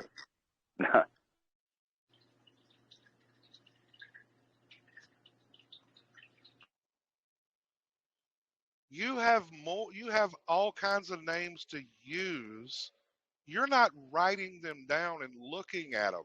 Every one of those names are not linked to a number until you go create a number. The thing is that, like, okay, so I'm just like using logic and what I witness when I get mail and I get it from contracts that were created with the social, it's got all those variations of names. They don't have all those variations. Yeah, like the court case it has proper case sometimes, it has all caps sometimes. You forgot about the lowercase. They never come in the all lowercase, and that is another derivative of the name. I'm just trying to I didn't get to finish. I'm just saying, like, if I just look at what's going on and what I can see in the world going on around me, right? I've seen it all. The only thing you're right, I haven't seen is all lowercase. That's the one I haven't seen, but basically I've seen almost every other variation with that social, linked to that social. John Henry Doe, all caps. John Henry Doe, proper case. John Henry Doe, all lowercase, are not the same thing. And they're not all linked. No, they're not. Well, those contracts that I've gotten into have come back as that.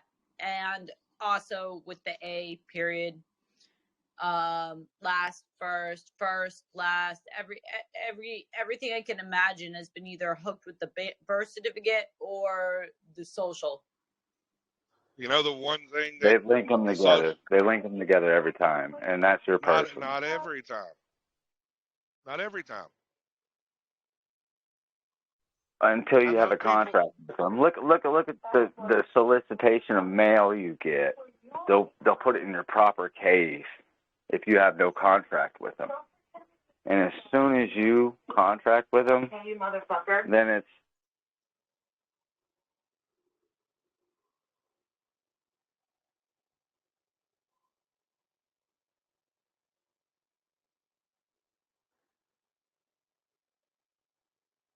Hey, I just wanted to make a point. Wouldn't it be cheap, rather than getting a surety bond, right? For like, let's just say $2 million.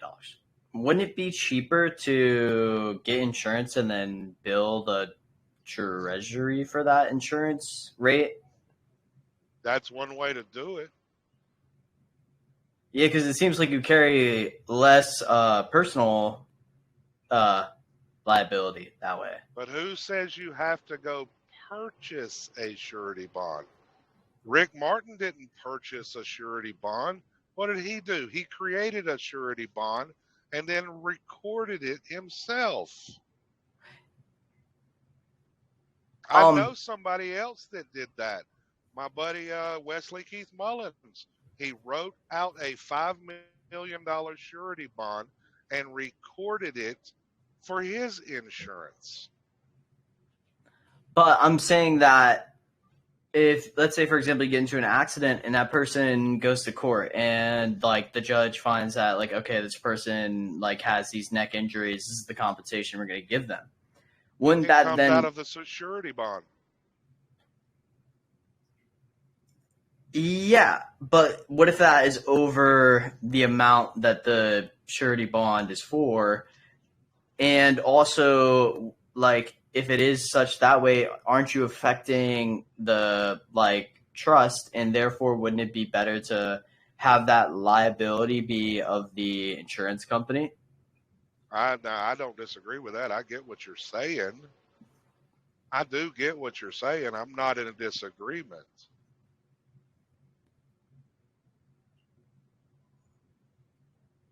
Yeah, I see what you're saying. I shouldn't have used the word purchase. But yeah, I just wanted to make that point.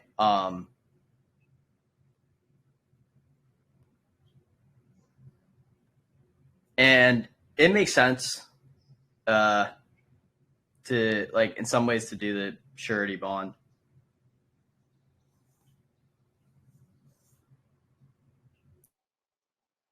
It's just like talking about the mortgage, going back to what Matthew is espousing. Do they need you to do anything but fill out the paperwork and put it in the name of the trust? No.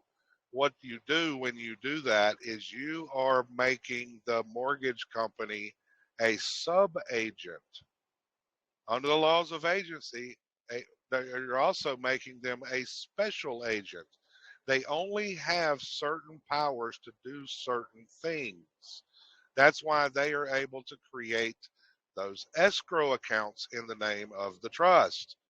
But what happens, because you turn around and accept all the liability and you never properly report or claim anything after the mortgage is paid for, 3 years later, all that money you've put into that mortgage, they go and file a 1099-A and they claim that abandoned property because you never properly reported it as the agent.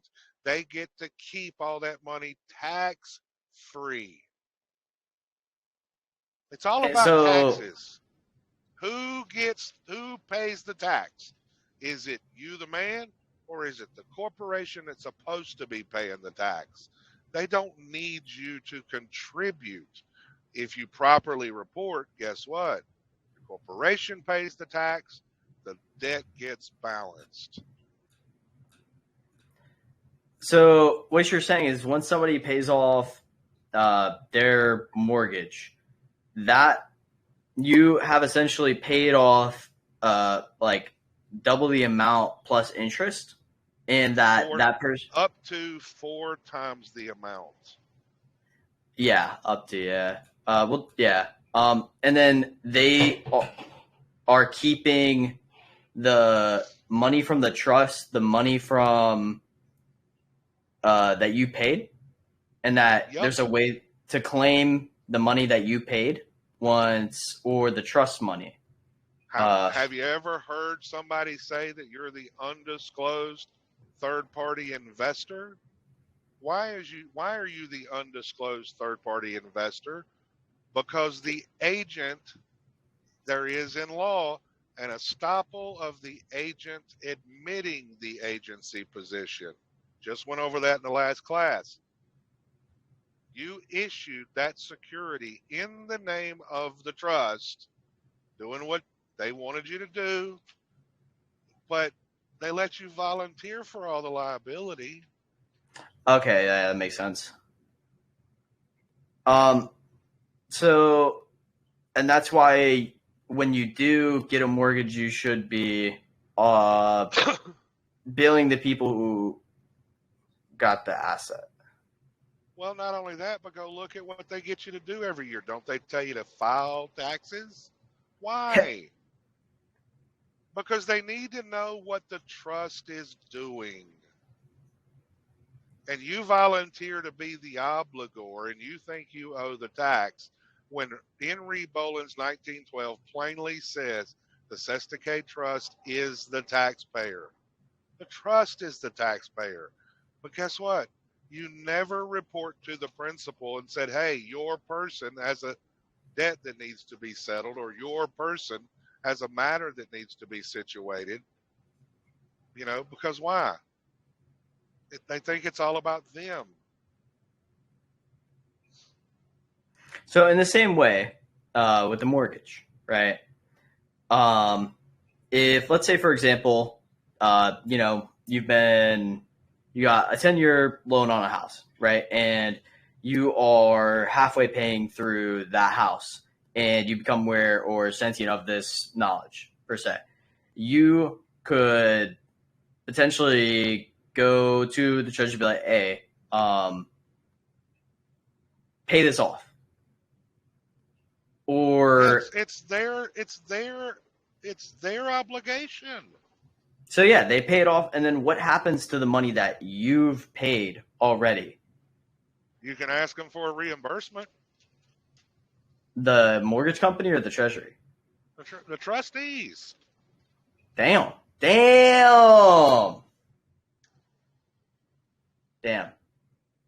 You've worked for companies before. If you had to go to the store and buy something for, like, cleaning supplies for that company, what would you do? You would go say, hey, I would say, hey, company, here's my receipt. And what do? They reimburse you.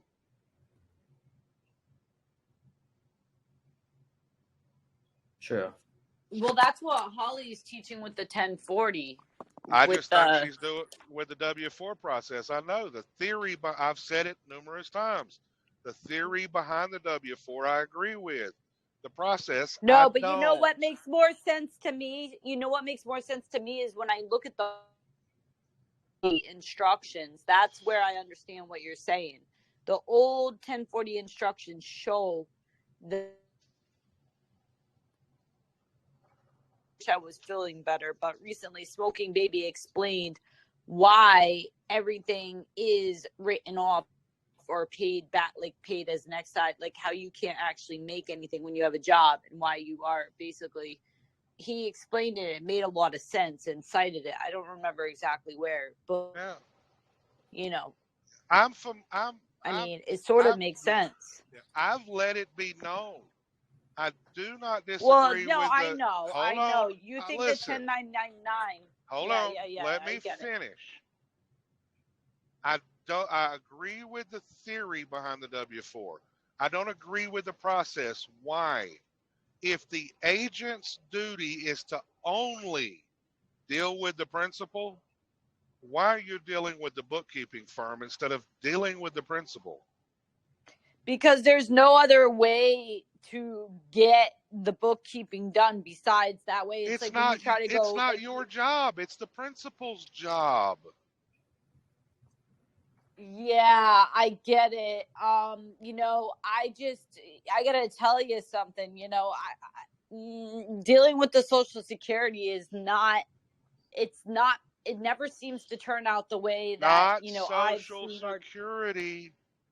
The trustees, who are who? Okay. The Secretary of the Treasury, and yes, but that's the same. We personally know someone, Iona. Wait. That hold on, listen. Iona, stop cutting me off. Wait. I want to tell you something. That's the address they're sending to. The Secretary of Treasury is the address they're sending the W-4s to, just so you know. Well, I know a guy personally that sent his bills every month to the Secretary of the Treasury with a cover letter explaining, I'm doing this in good faith based on blah, blah, blah. And they paid his bills every month. Okay. He said the story differently to me. That makes sense what you're saying. It's worth a shot. When I heard him talk about it, maybe I heard a different part of the story because he was just talking on a state level. All right, when I heard him talk, but now who are you talking about? Myron Rice. Yeah, So he told me. No, Myron Rice. He told me he sent them to the Treasury every month. Right. When I heard him talk, I only heard him talk about, he said, no, he was talking about bigger purchases through the Treasury in the state. He was not talking about monthly bills. He was getting a car and a house, and somehow he finagled it. So on the state level, they got him a car and a house. I don't know how the fuck he did that because he's prolific with reading and expression. What address he send them to?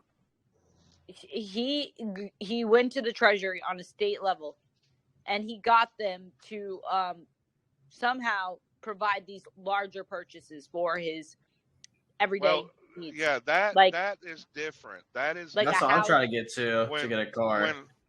That is different. Doing the larger I'm going to be purchases, kicked out that soon, is, and I'm freaked out, and I still can't figure it out. That is different. What I'm talking about is he personally showed me what we asked him that, and he didn't answer, and there may have been a reason for that because when he showed you, it might have been years back. He resigned as the agent. I don't know. You never know. I just know that it wasn't consistent. What he told you is not consistent with what he was doing live in the audio as I heard. I should really contact him and see if he can help me personally. But, I might not be able to keep up with him. It's like I'm not there yet. I don't have that comprehension 100% solid to being able to get the performance from these trustees. Yeah, seems like a process. When I talked to him, we were talking about, you mean to tell me, I said, you sent them to the Secretary of the Treasury? He said, yeah, I did for 18 straight months. I said, and you're telling me they paid the bill? He said, every time. And what happened after 18 months? No. Why did it stop after 18 months? That's what I'm trying to say. He probably changed his strategy. Why would the Treasury be doing the accounting? Who does the accounting for Treasury? IRS does the accounting. There we go. But the agent doesn't deal with everyone else. The agent's role in law is to deal with who? The principal, not everyone else. Well, I mean, who would the fucking agent report to? The bookkeeper principal. or no? Always the trustees. Okay, and IRS aren't trustees, right? No, the IRS is the accounting firm. Levy. The bookkeeper. They are the bookkeeping firm. They are the CPA. So how do they levy or against the people? accountant. How do they levy against people if they're not trustees? Because the people keep For behalf volunteering of for the it. United States. How many people go I before think the IRS? I think that's bullshit.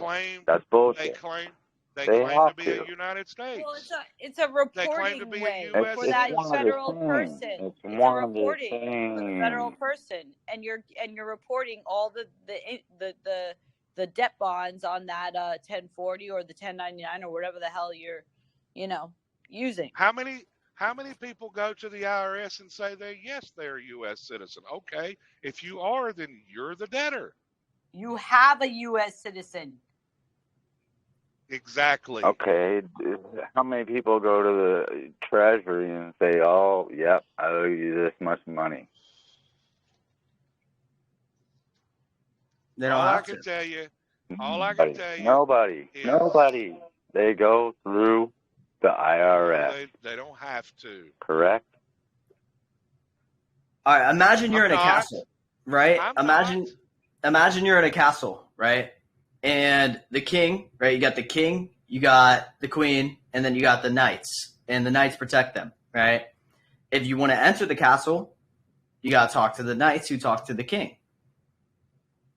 I mean, that's like a simple analogy, I guess. I mean, or the accountant for the fucking bingo. Thank you. I don't deal with the IRS. I'm dealing with the trustees. IRS are the trustees. No, they're not. They're like the main trustees. No, they're not. They oh my God, they handle everything. No, they're not. Yes, they are. Doesn't it show you on the Social Security website who the trustees are? Yes, it does. It doesn't say IRS. Yeah, who's the first one? Who's the first one? Secretary of the Treasury. That's not the IRS. Okay, who the fuck works for the Secretary of Treasury? Who does the Secretary of Treasury? Who does the Secretary of Treasury delegate that part of their authority to? The IRS. They don't. The Secretary of the Treasury does not delegate the authority. The IRS is nothing but the CPA firm for the Treasury. That's it.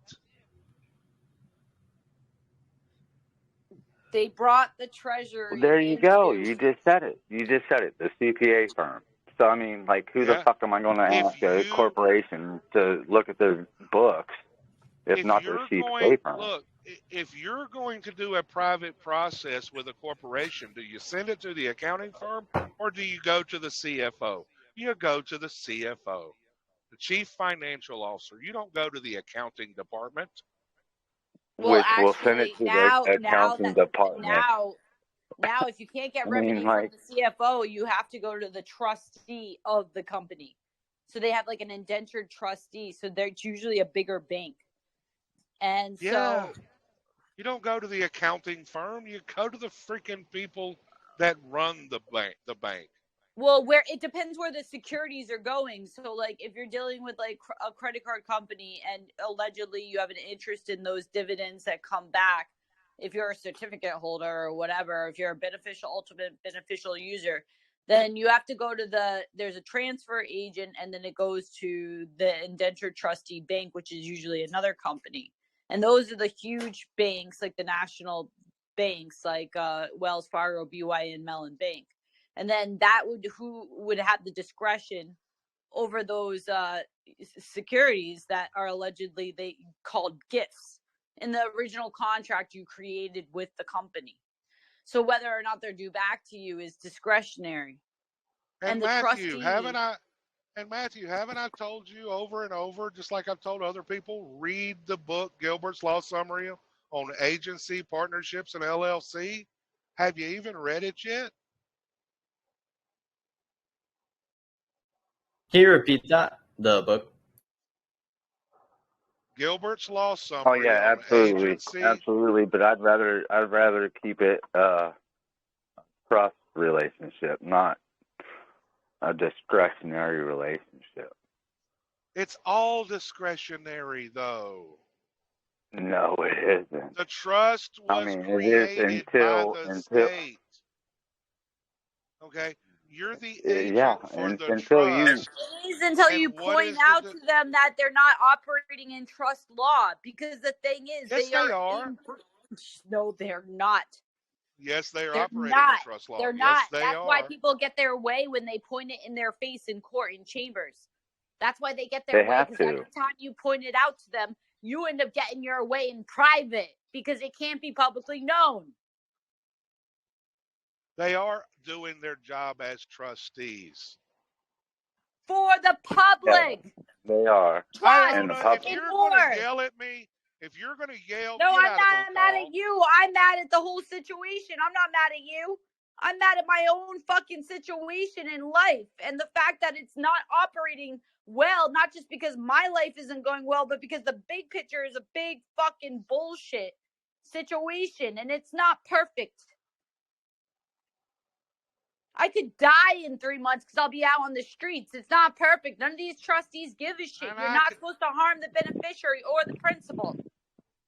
But you haven't but you don't have any evidence that you're the beneficiary, and if you do, you're not acting like a beneficiary. I talked to the guy today from Social Security on the phone. I talked to him on the phone. I'm like, well, it says beneficiary account, and he says, oh yeah, by the way, just he goes, we pay you this much a month, and until your dad dies, you're not going to get any more.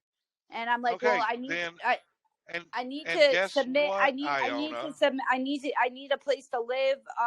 He goes, you're gonna have, like what I'm trying to tell you is that the only reason that when people go into the court or into another situation and bring up the evidence that they're going to be harmed as the beneficiary, they get their way in private because the trust laws are being broken.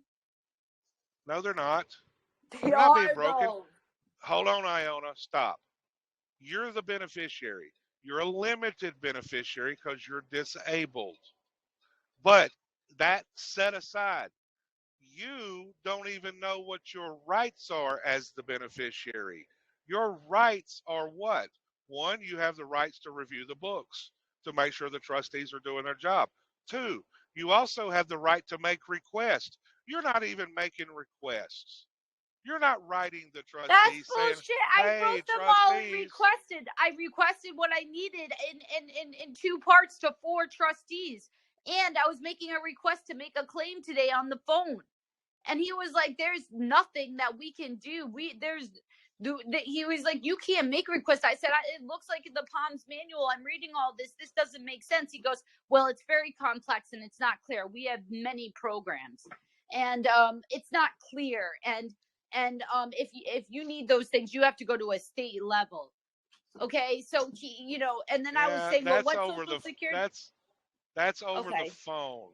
What I'm saying is I wouldn't do it over the phone. I would personally write the trustees, laying out what the law is, and say, hey, I didn't do that. I didn't do the law. Please, you lay out what the trust law says that as the beneficiary, this is your right. This is what trust law says, blah, blah, blah. I am in need. Can you provide? Because they are the trustees.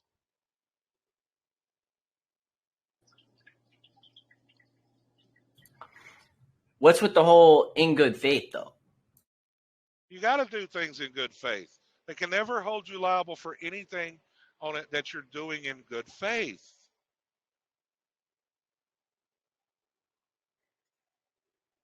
And if one's going to try achieve, if one's going to try attempt to achieve an equitable, outcome, it's got to be a consistent interaction. And as we learn this stuff, especially equity and trust law, like if we don't walk 100% in equity, then we are achieving inequity.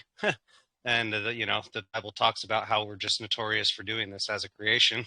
So a lot of the private interactions that achieve positive outcome, there's a lot more going on within the individual that they're very aware of what they're doing and why they're doing it and how they're doing it.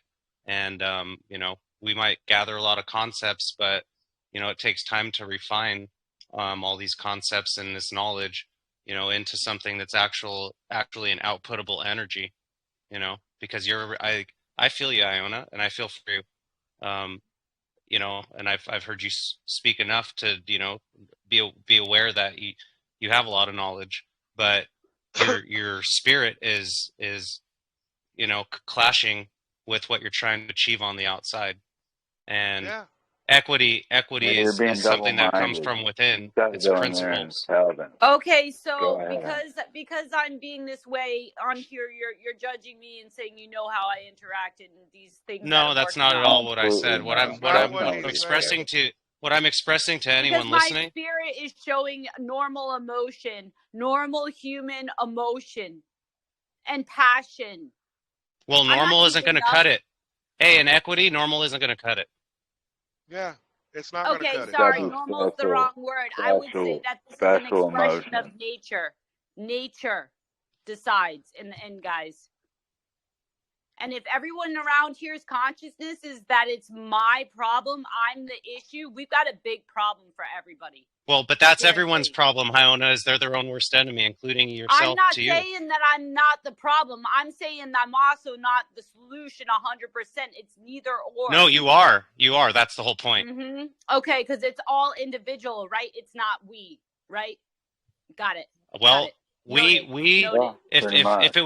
if it was we entirely, then one good decision would make everyone else benefit just as well as that one. But we do have an obligation and responsibility to take on the phone that I made it about me today. He told me I could run for governor. I don't know. What I'm conveying is governor, and I said, look, I want to be here to serve others, just so you know. But I need to nurture my body first. You know, I'm not here to make a profit off of anyone. I'm not here to enslave anyone. He goes, you could run for governor. And I was like, listen, I need to heal my body. I do want to serve others because I'm serving a higher power. Okay? But, you know, if I'm stressed out and I'm showing that and I'm frustrated and just learning this in a year, and you're saying, well, oh, your spirit is off. No, my spirit is on. I didn't say your spirit is off. See, what I'm saying is that in order for us to achieve equitable outcomes, we need to walk fully in equity, and it's very hard to do. And most of us that are aware of the concepts, you know, aren't. Equity's not it's not a legal law form that's put in place by man. It's something that's instilled, you know, supernaturally into the creation that keeps things in balance and in harmony. The contents of law, right? Yes. Yeah, yes. It's the spirit of the law. It's a spirit, and if we can't find that balance within the equitable center place within us, then we won't be able to express equity in the ways that we might be able to intellectualize it. It's a very lifey integrated process, and you know the hardships that we're faced with. I get what you're saying, but it just sounds like it's not matching up with reality. Like, just because my expression on here is one way, it has nothing to do with how I go through and express with these other situations in my life. No, the only thing that I've even assessed of you that I even said was that I'm aware that you've taken in a lot of knowledge, and that's I'm just a good learning, thing. and I'm just trying to say, like, it's not either one or the other. I think that's equitable. It's not to say, oh, it's perfect. It's running perfect. When it comes to equity, it isn't. When it comes to equity, it's all or nothing. That's what I'm trying to tell you. Well, no, it's actually in the moment, in the given moment, that nature will overtake the situation, really. No, it's not. It can be. If you're standing man to man in chambers, it will be in that given moment of exchange what occurs. The only way. Keep in mind, to hold a trust relationship, Iona, is for the future. It's for the benefit of the future. The trust in that moment is for the future. It's not all about now and the living in the now. That's some new age bullshit. No, I'm saying the result Iona, of what will occur in the interaction will be from that moment. Iona, if you got in front of a judge in private, it was not in the moment that got you there. It was everything you did before then that got you there. I know that's not what I'm arguing. I'm saying that, like, when it comes to the deciding factor. And the other point is this, right? It's not that you're wrong. Anyone's wrong what you're saying. It's not in context to what I'm saying. So that might be my inability to express correctly in the moment. It might be the fever I'm having. It might be the dizziness. It might be the varying confusion. It might be the frustration. But what I'm trying to tell you is it's still not in context or helpful.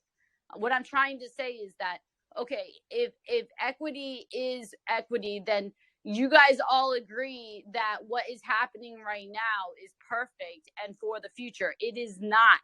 It is not a functioning trust. There's flaws in how it is working. Okay? I disagree. I know you do, and that's why I was raising my voice. So I'm just trying to say that it can't actually be so out of alignment. It has to move back into alignment, and that we're in the process of that right now.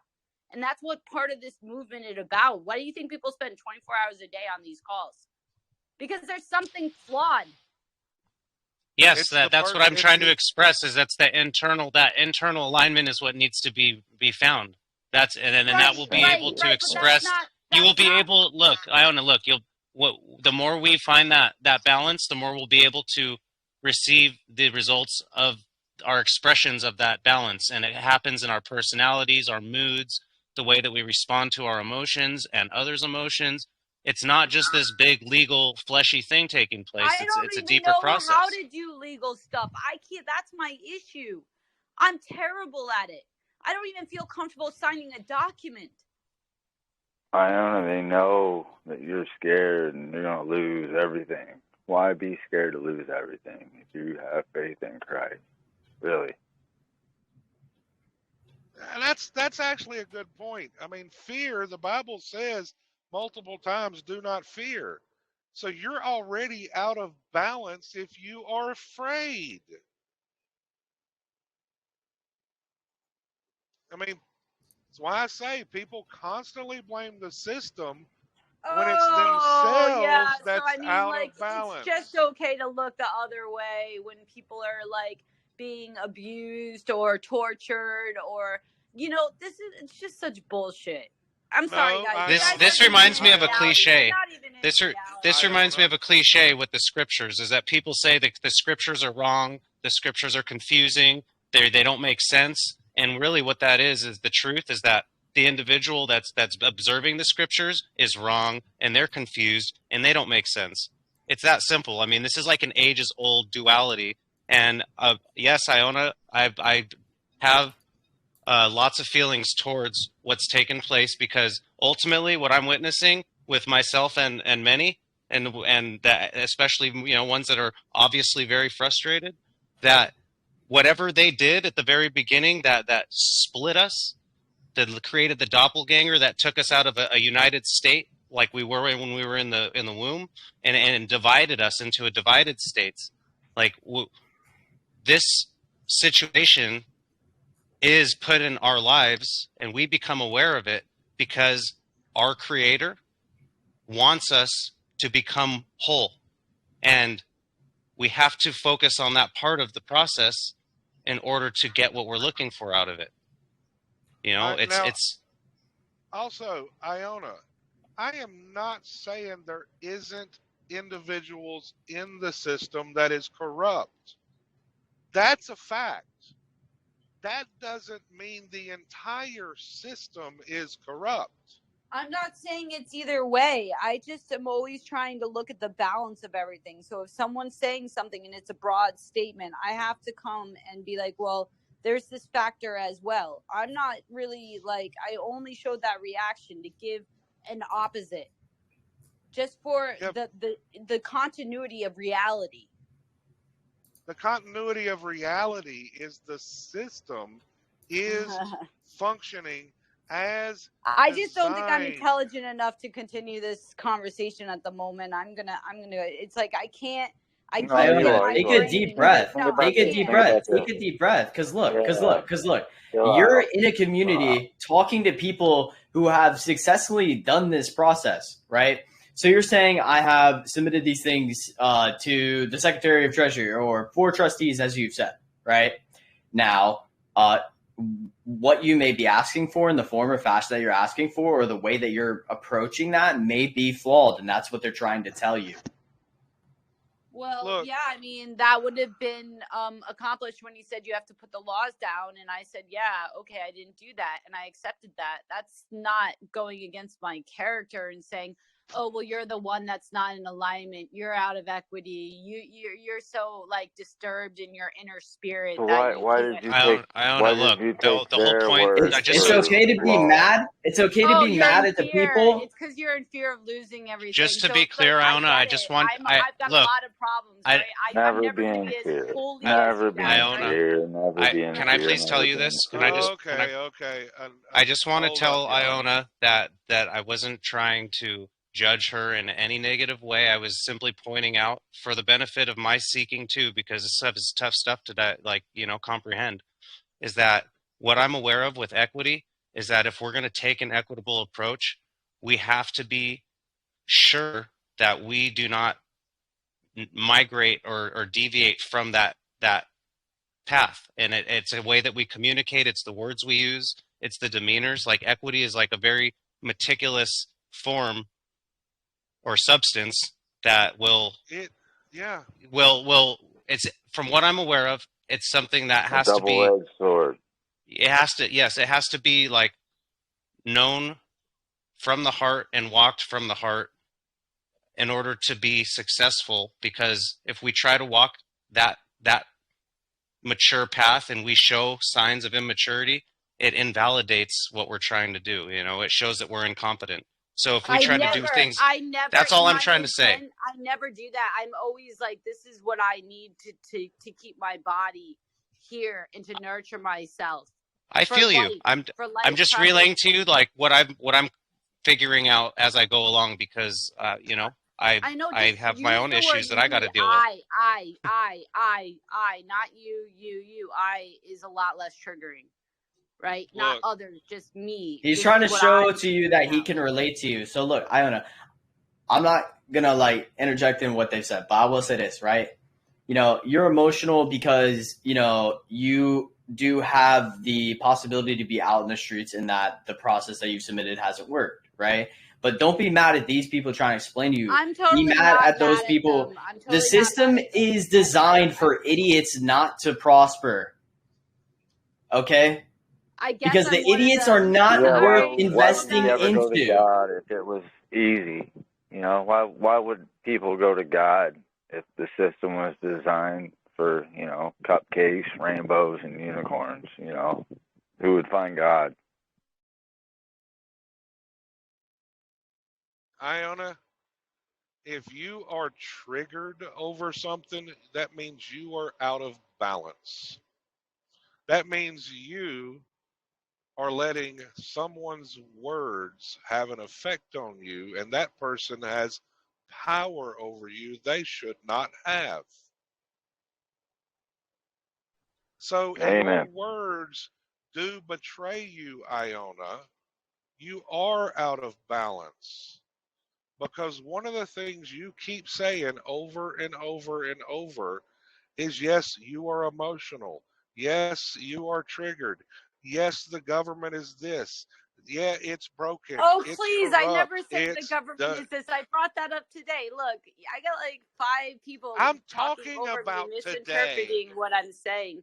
Okay, look, I'm not being heard or understood correctly. I understand me. God understands me. My higher power understands me. I don't care. Like, I'm okay with being emotional. I'm okay with being triggered. I can admit that. Hey, girl. Maybe you guys aren't okay with it. Sorry. What did you submit? I'm gonna go. I've obviously got like 5 people want to tell me what I'm doing and what I don't know. What am. did So you I'll let you submit? guys all Paperwork sort that out. or what?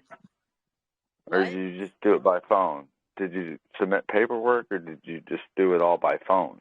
No, I did paperwork months ago. I just called today because I'm freaking out. So I called today. Okay, months ago, what did you submit? I submitted 4 requests for what like monthly allocations I would need for, you know, and a house and enough for a house and a car to live. To who? Yeah, but how the 4 did you trustees, submit it, and the Secretary who did you of Treasury. submit it to? I wrote in a private notice to the 4 different trustees of the Social Security. And I did a second notice. And did you put a caveat in there or what?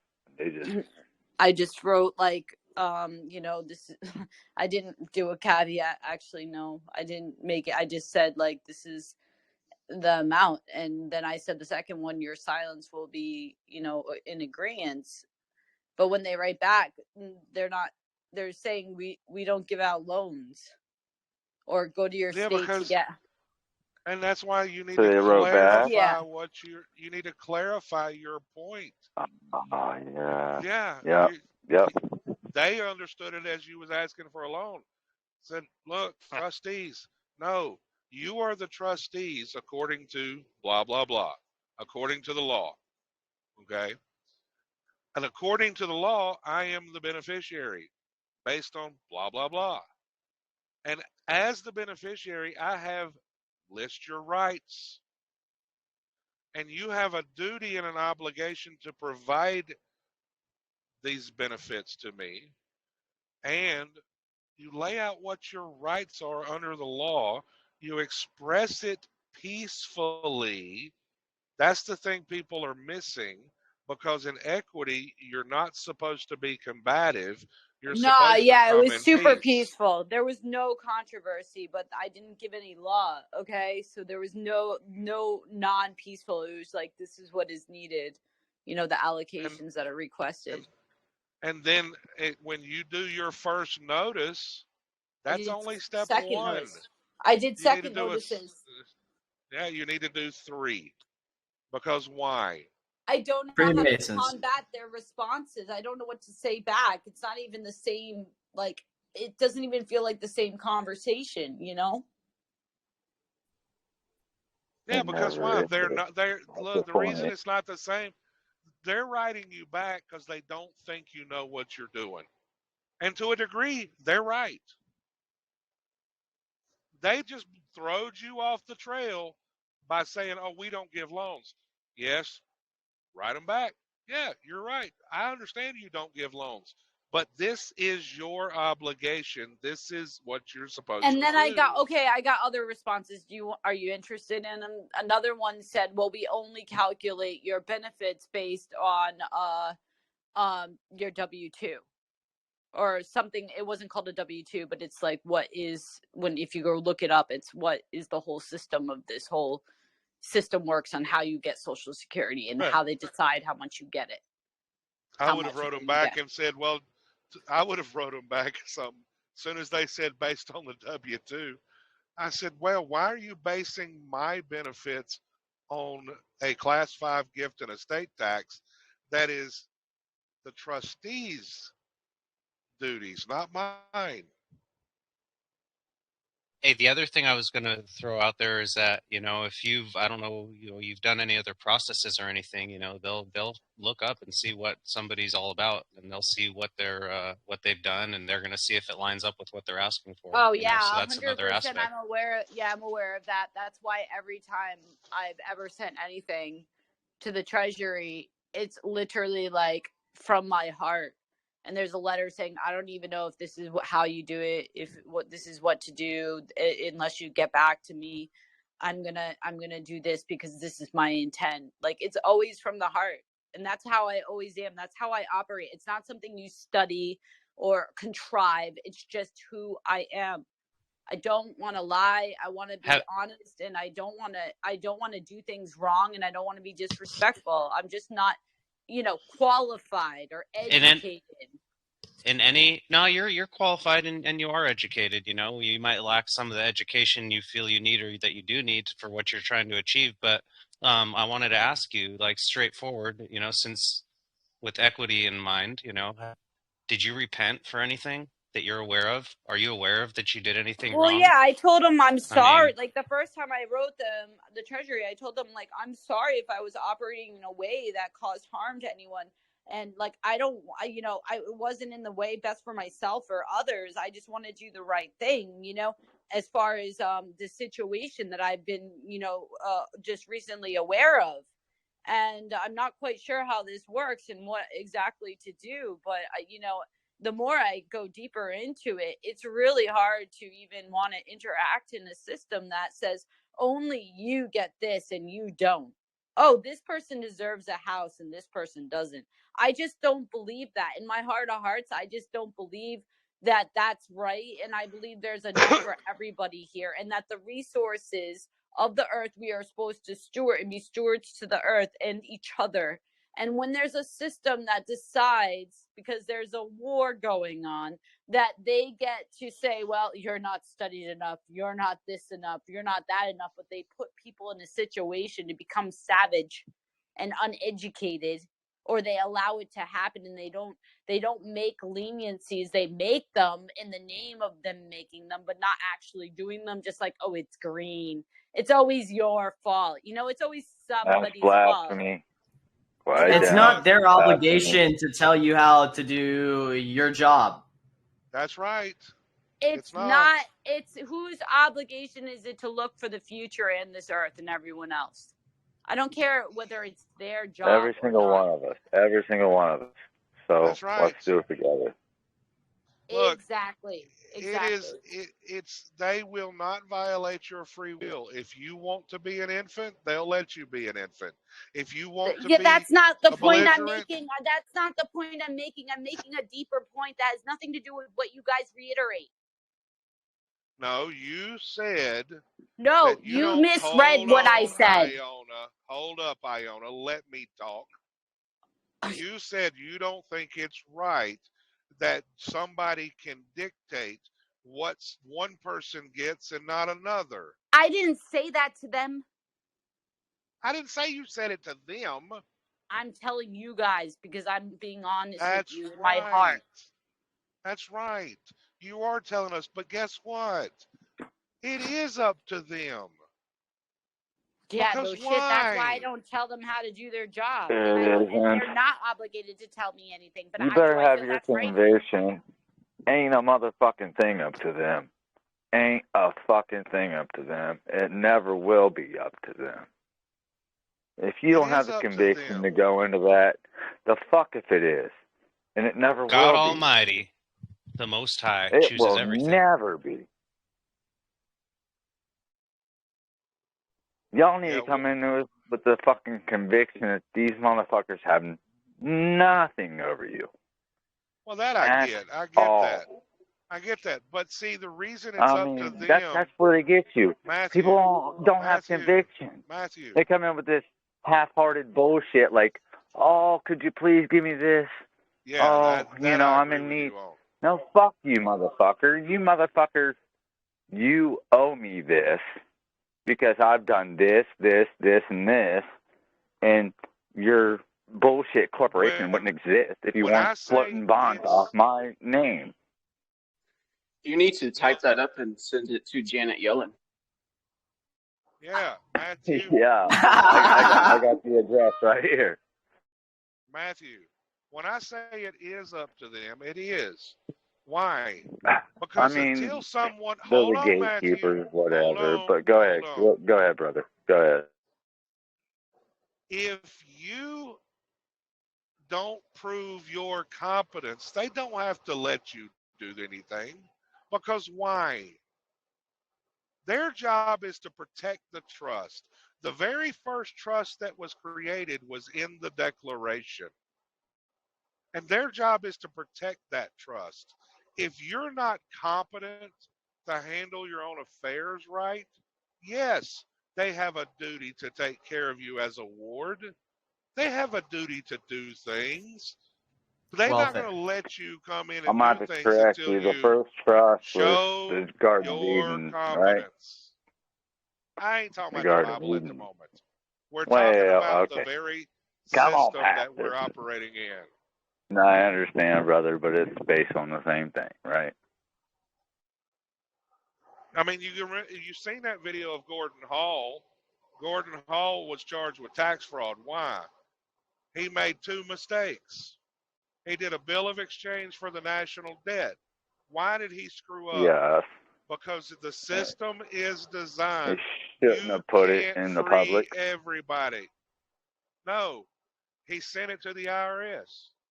He made it for the national debt. You are not allowed to free everyone. Yeah, he made it only public. Allowed to free yourself. That's the best way to solve the debt problem here in the United States. Just put it all into one person and then kill them. And then bam, gets discharged. Oh, wouldn't that be cool? Doesn't exist. Yeah. No, you're missing what I said. But we can't do it publicly. We can't do it publicly. Okay. That's the whole point. Publicly. He did. He sent it to who? Ain't that the same theory of the W-4 process at one time? Was to send it to the IRS? Yes. Okay. Now, yeah, I mean, you can, but you can't do it for everyone. That's right. Go ahead. That's the point I'm making. You're not allowed to free everybody. You're only allowed to free yourself. Go look at Kayla. What did Kayla do? She practiced equity. She was in jail.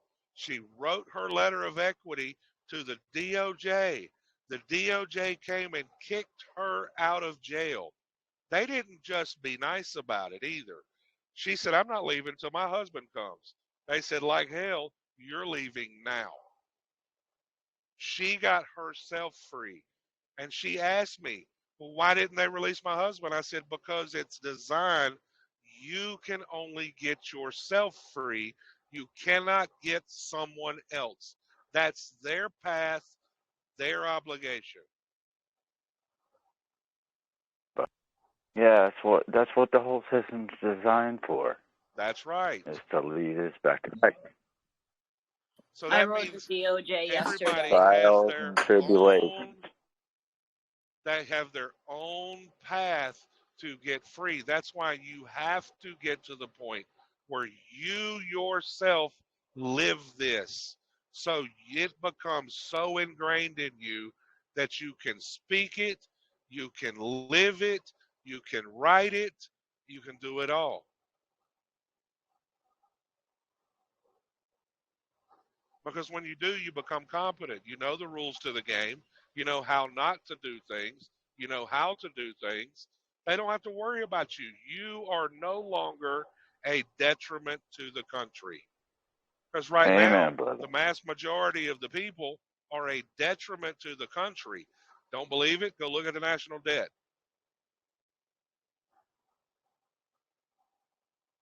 The credit card debt won $1.3 trillion. Yeah. What is the national debt? Come and tell me real quick. No. It's a representation. 91 trillion, I think. It's like 32, 31, something like that. But no. What does it represent? It represents all the debt that's been created by the people. And guess who can't balance the books? Because nobody's letting the trustees know. It's the interest created by all the debt instruments out there. Yes. It's not. It's the interest. It's not the interest. It's the interest. Yes, it is. That's all it is the interest off all that debt. It's not the interest. It represents the debt. The interest is actually less than that. Go look at the amount of taxes that are collected. Guess who that goes to? The income tax goes to who? The bond. And the Federal Reserve, and it just doesn't even pay the interest on the Federal debt. Reserve. It goes to the bondholders. Yes, it does. No. Well, unfunded debt / interest. U.S. total interest paid $3,710 billion. Sorry, I've never had to say that before. And then it says interest per adult $14,343. And then it says U.S. federal tax revenue $4.6 trillion, and then it says revenue per citizen $13,800. Yeah.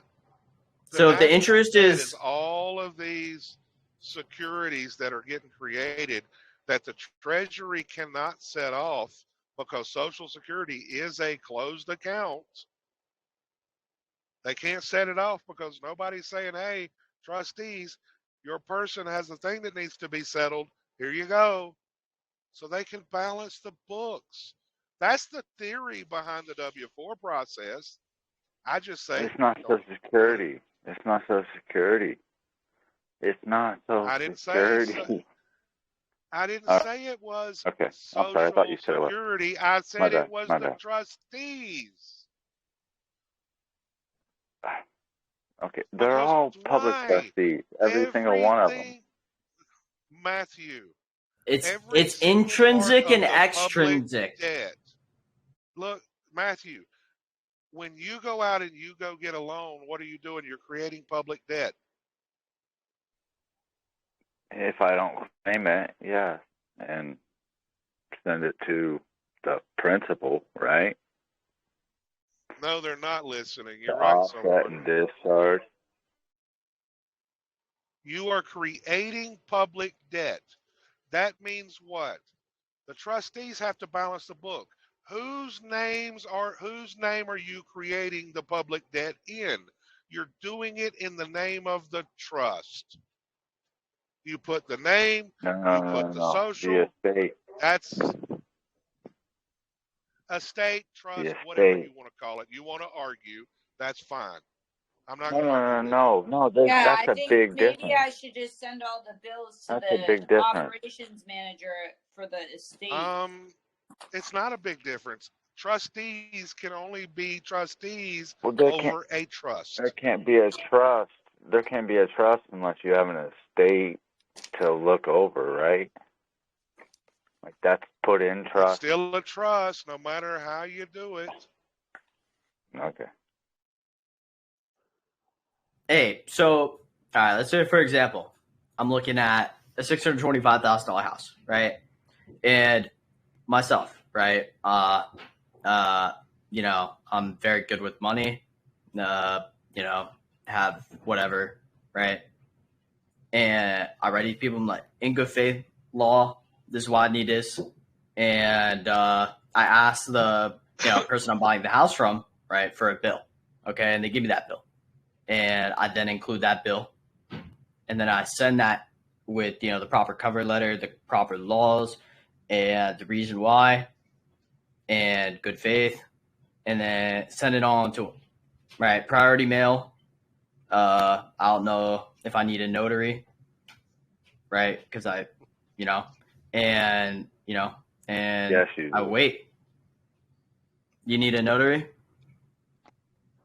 I think a notary I is a mean, good thing. you're gonna sign under penalty of perjury. You could put a jurat in it, but yeah. A notary is not a bad thing because why? You need a third. Sometimes, not all the time. Sometimes you need that third party witness of what you put in the freaking envelope. That's what they're there for. Oh, I sent them an envelope, certified mail. Okay, where's your evidence of what was in it? You say that's what's in it, but where's your evidence? Hell, Who saw you do it? take your certified mailing and put a sticker on the actual, documents you're sending, and they get another sticker for the envelope.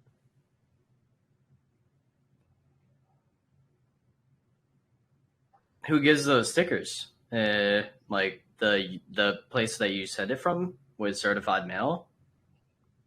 No. The post office give it to you. Put one sticker. I mean, you're going to pay a little more, but you can put the, certificate of mailing, the RA number on the actual document you're sending. Put that in the envelope. We'll make a copy first. The certificate of mailing is not as great as people make it out to be. What if I just take a video and then I put the SIM card? What if I take a video? Look, we can't reinvent the wheel. Everything's already been created. You either know how to do an administrative process or you don't. Yeah. That's just where it That's is. right. If you're going to do an administrative process, you either going to get a process server, you're either going to get a notary, or you're going to get an unbiased third party. Could be your neighbor, could be your friend, someone not attached, to physically take it to them. You've got to have an unbiased third party to witness everything. That way, what? If they come in and say, we didn't receive it, a certificate of mailing is not enough. Okay, you've got a certificate of mailing that you mailed. By a third party. By a third party. Hold on. A certificate of mailing is only for the envelope. It's not what's in it. That's why I was saying put an RA sticker on the what's in it, and then take copies of that. Step number 1, know how to do an administrative process. Step number 2, know what you're sending. Step number 3, know who you're sending it to. I don't know. Look, even if you put an RA number on every document in there, the RE number, the registered mail number. So what? Where is your evidence that you even put it in the envelope?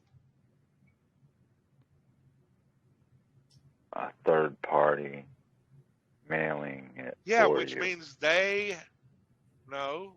if you sealed it up, the reason why notary is good, you should know they do this. What do they put in the envelope with the documents? An affidavit of mailing. There's 3 copies. They do an affidavit and they list what was put in it. You get a copy of the affidavit. They keep a copy of the affidavit, and a copy goes in the envelope. Now, can your friend do the same process? Yes. The question is the friend going to mail it out? Well, 2 witnesses would work as well. I mean, let's just be honest here. It's easiest just to get like a registered notary, in their database to do it. They're upholding an obligation, basically. Yes. Yeah, they're directly under the Secretary of State. Yes. Their seal is as good as his seal.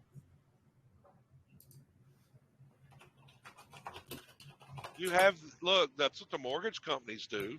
When they're going to foreclose on a house, what do? They contact a notary. They have the notary mail everything out. You use the same process, same system that the corporations use. Absolutely. That's how I do everything. Just reverse engineer how they fuck you, and then you can find out how to unfuck yourself. Right. That's how I used to be as good as I am at stocks and crypto trading. It's like, how does BlackRock make money?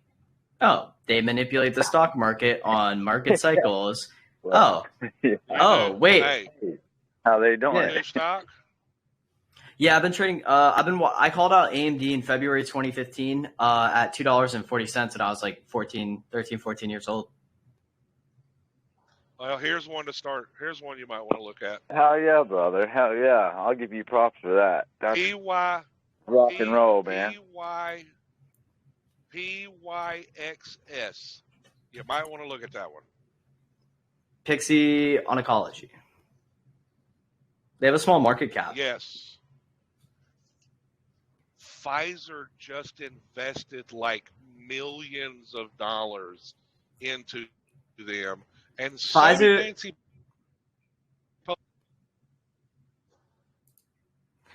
been getting rid of a lot of their cash they made from the vaccines because that lawsuits are upcoming. They're dumping shit. They're dumping shit in little fucking mom and pop shops. Yeah, they're throwing away their cash sheet, their balance sheet like nobody else's business. Hey, I got money over here. Yeah. No. Hey, we ain't got no capital. Get away from me. I mean, I feel like a lawsuit is incoming to Pfizer. I mean, it's just imminent. But people who took the vaccine were signing up for clinical trials. So I mean, it is what it is. It's not like look at it this way. Look at it this way. The vaccine for COVID was probably already made long before Pfizer had come out with the innovation. They probably had some temporal field out in the fucking ocean on a ship, with a clone that they were aging, in their special temporal field and seeing the side effects of the blood on that clone because they're evil people. Obama allowed Fauci to go into China. The Chinese government did not care that a virus was released. The United States and the United States and China both share similar 5G networks. I mean, there's obviously some network of global coherence when it comes down to this stuff that people behind the scenes don't realize. We have an agent, a person who is in the high ranks of the Department of Defense, who worked in China for 4 years helping China develop their spy net and their 5G systems, who came back to the United States and implemented those systems that she worked on in China in the United States through the United States corporations who are the Illuminati. Hey, listen. You just implemented her. Hello. I'm here. Pixie, the reason, the report of the video I downloaded earlier, if what the guy is saying is true, the projections of the stock is to go up to almost $16. That's not bad. I was looking at CVAC. $16 of what? It's currently right $386. now it's over $3. Yeah. I called out this other company. $16 of what? 16 Federal Reserve note dollars or what? Rice, dude. Rice. Grains of Matthew, rice. quit being. Yeah. Look. All right, hey, look, the market cap. All right, look. I got another company to share. All right. So this company called CVAC, it's a German biopharmaceutical company.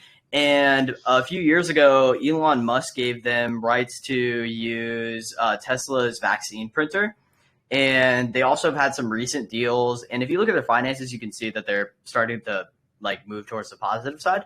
Anyhow, I started watching this stock about almost a month ago. And when I started watching it, it was trading for $7.10, and then it dipped down to $6.60. And then I was telling people yo, this company has a lot of upside to move north, especially if you look at their finances and their market cap.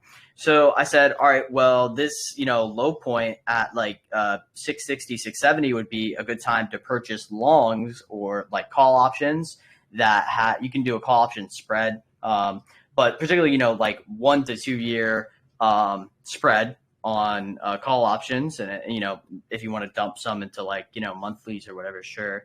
They're up from 660.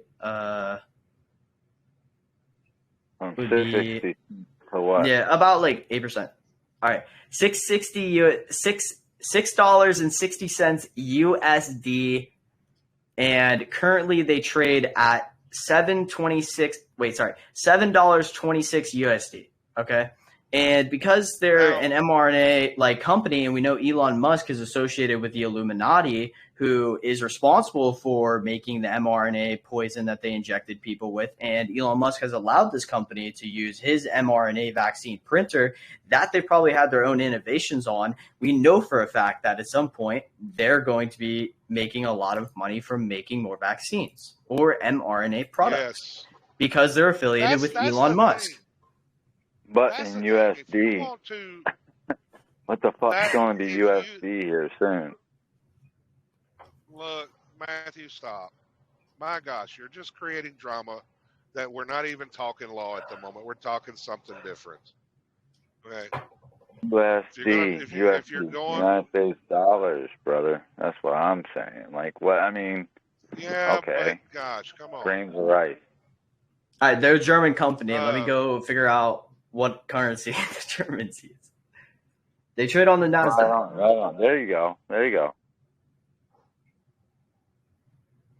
Look, the reason I mentioned Pixie is they supposedly are developing some kind of cancer treatment. And that is what the video I saw earlier talked about. So I said, you invest in stock? Yeah. And if you really want to get good at the stock market, follow what the wealthy do.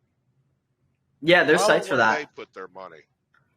There's a site called Whales something. I personally, I'm an options trader because I like making 10,000%. But the way I view the market is because I've been watching AMD, Tesla, Nvidia, Intel, and a couple others for a very long time, is that I understand the semiconductor semi-cap market very well. And I also understand the news and publishings that they make. I also know where to go on the deep web for insider information from China. I know where to look. I know where to find this stuff. And I know I can presume how these companies are going to do on their quarterly finances. And so I also believe in trading options and market cycles alongside because I've been watching for so long, I understand the market cycles and also the market manipulation by BlackRock and other large institutions. Bullshit. Lot of market manipulation. You just invest in GameStop, don't you?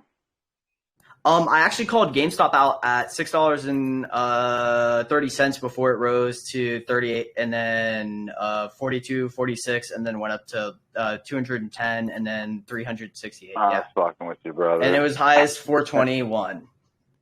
Yeah, wasn't it? Yep. And people would. You called them out that they were going to collapse? Oh no. Well, everybody I've been a part of Wall Street Bet since I was like 15 years old, when it was like a small little community. And I was a part of them when they would have meetings on daily meetings in their Discord, but they also had a private Discord.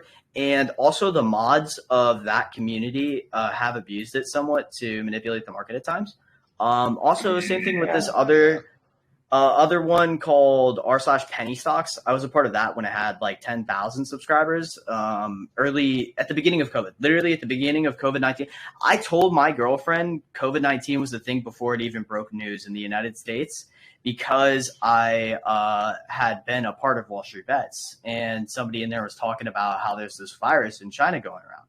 And so I told her they're probably going to shut down schools before the news broke in the United States.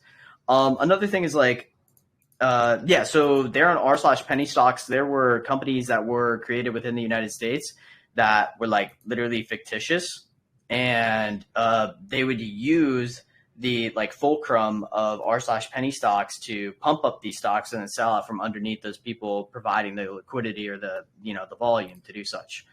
Yeah, dude, they fucking froze my account when the whole bullshit of what was it, December 19th, I think it was, or 20th. They froze my fucking account for 2 fucking weeks. I could not do shit. Did you have any options contracts? Yeah, and I couldn't do anything. Everything was frozen. But did they expire in profit or? No, they during profit COVID, because I didn't know the fucking shit was going to happen. And then as soon as I tried to fucking, renegotiate, I got screwed. They froze my fucking account. Are you talking about GameStop, or are you talking about COVID? No. Yeah. During COVID. Okay, so right, during COVID, they actually, because people were dumping stock in certain companies, they did freeze some accounts, so they had to stop the crash. Yeah, the Fed was trading stocks and upholding volume in certain things.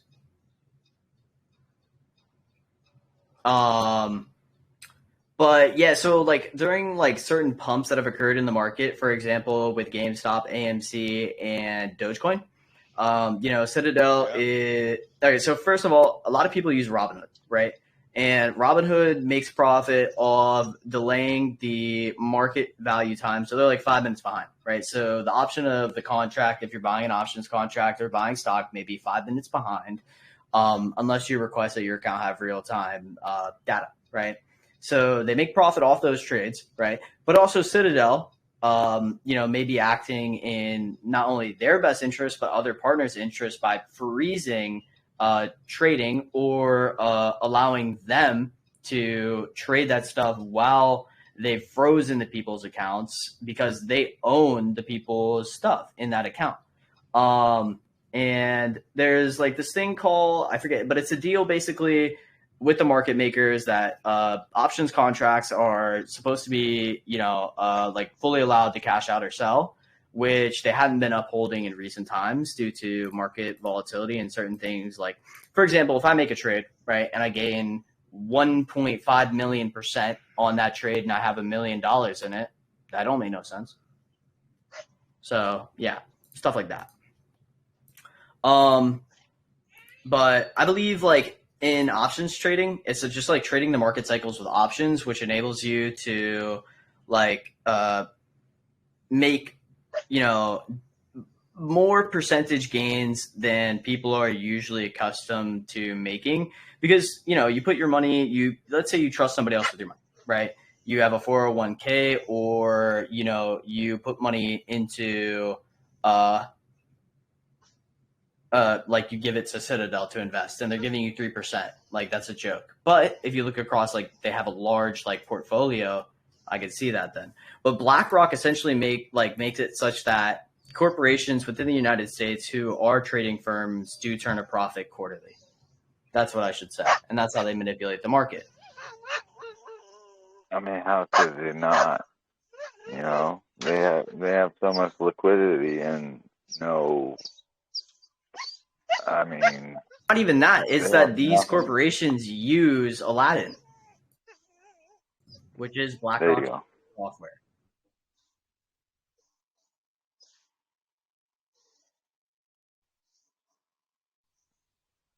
Artificial intelligence to fucking. I mean, did you know that BlackRock has contracts in place with Ukraine to like rebuild Ukraine after the war is over? You're kidding me. I'm not kidding. Look up, I think on YouTube his name. I'm just fucking with you. I mean, what did you think the whole war was about? Money laundering, maybe? Probably. A little bit. Just a tad bit, yeah. Yeah. I mean, they're pretty good at that. I am parked. I am done for the day, so I'm going to get off of here.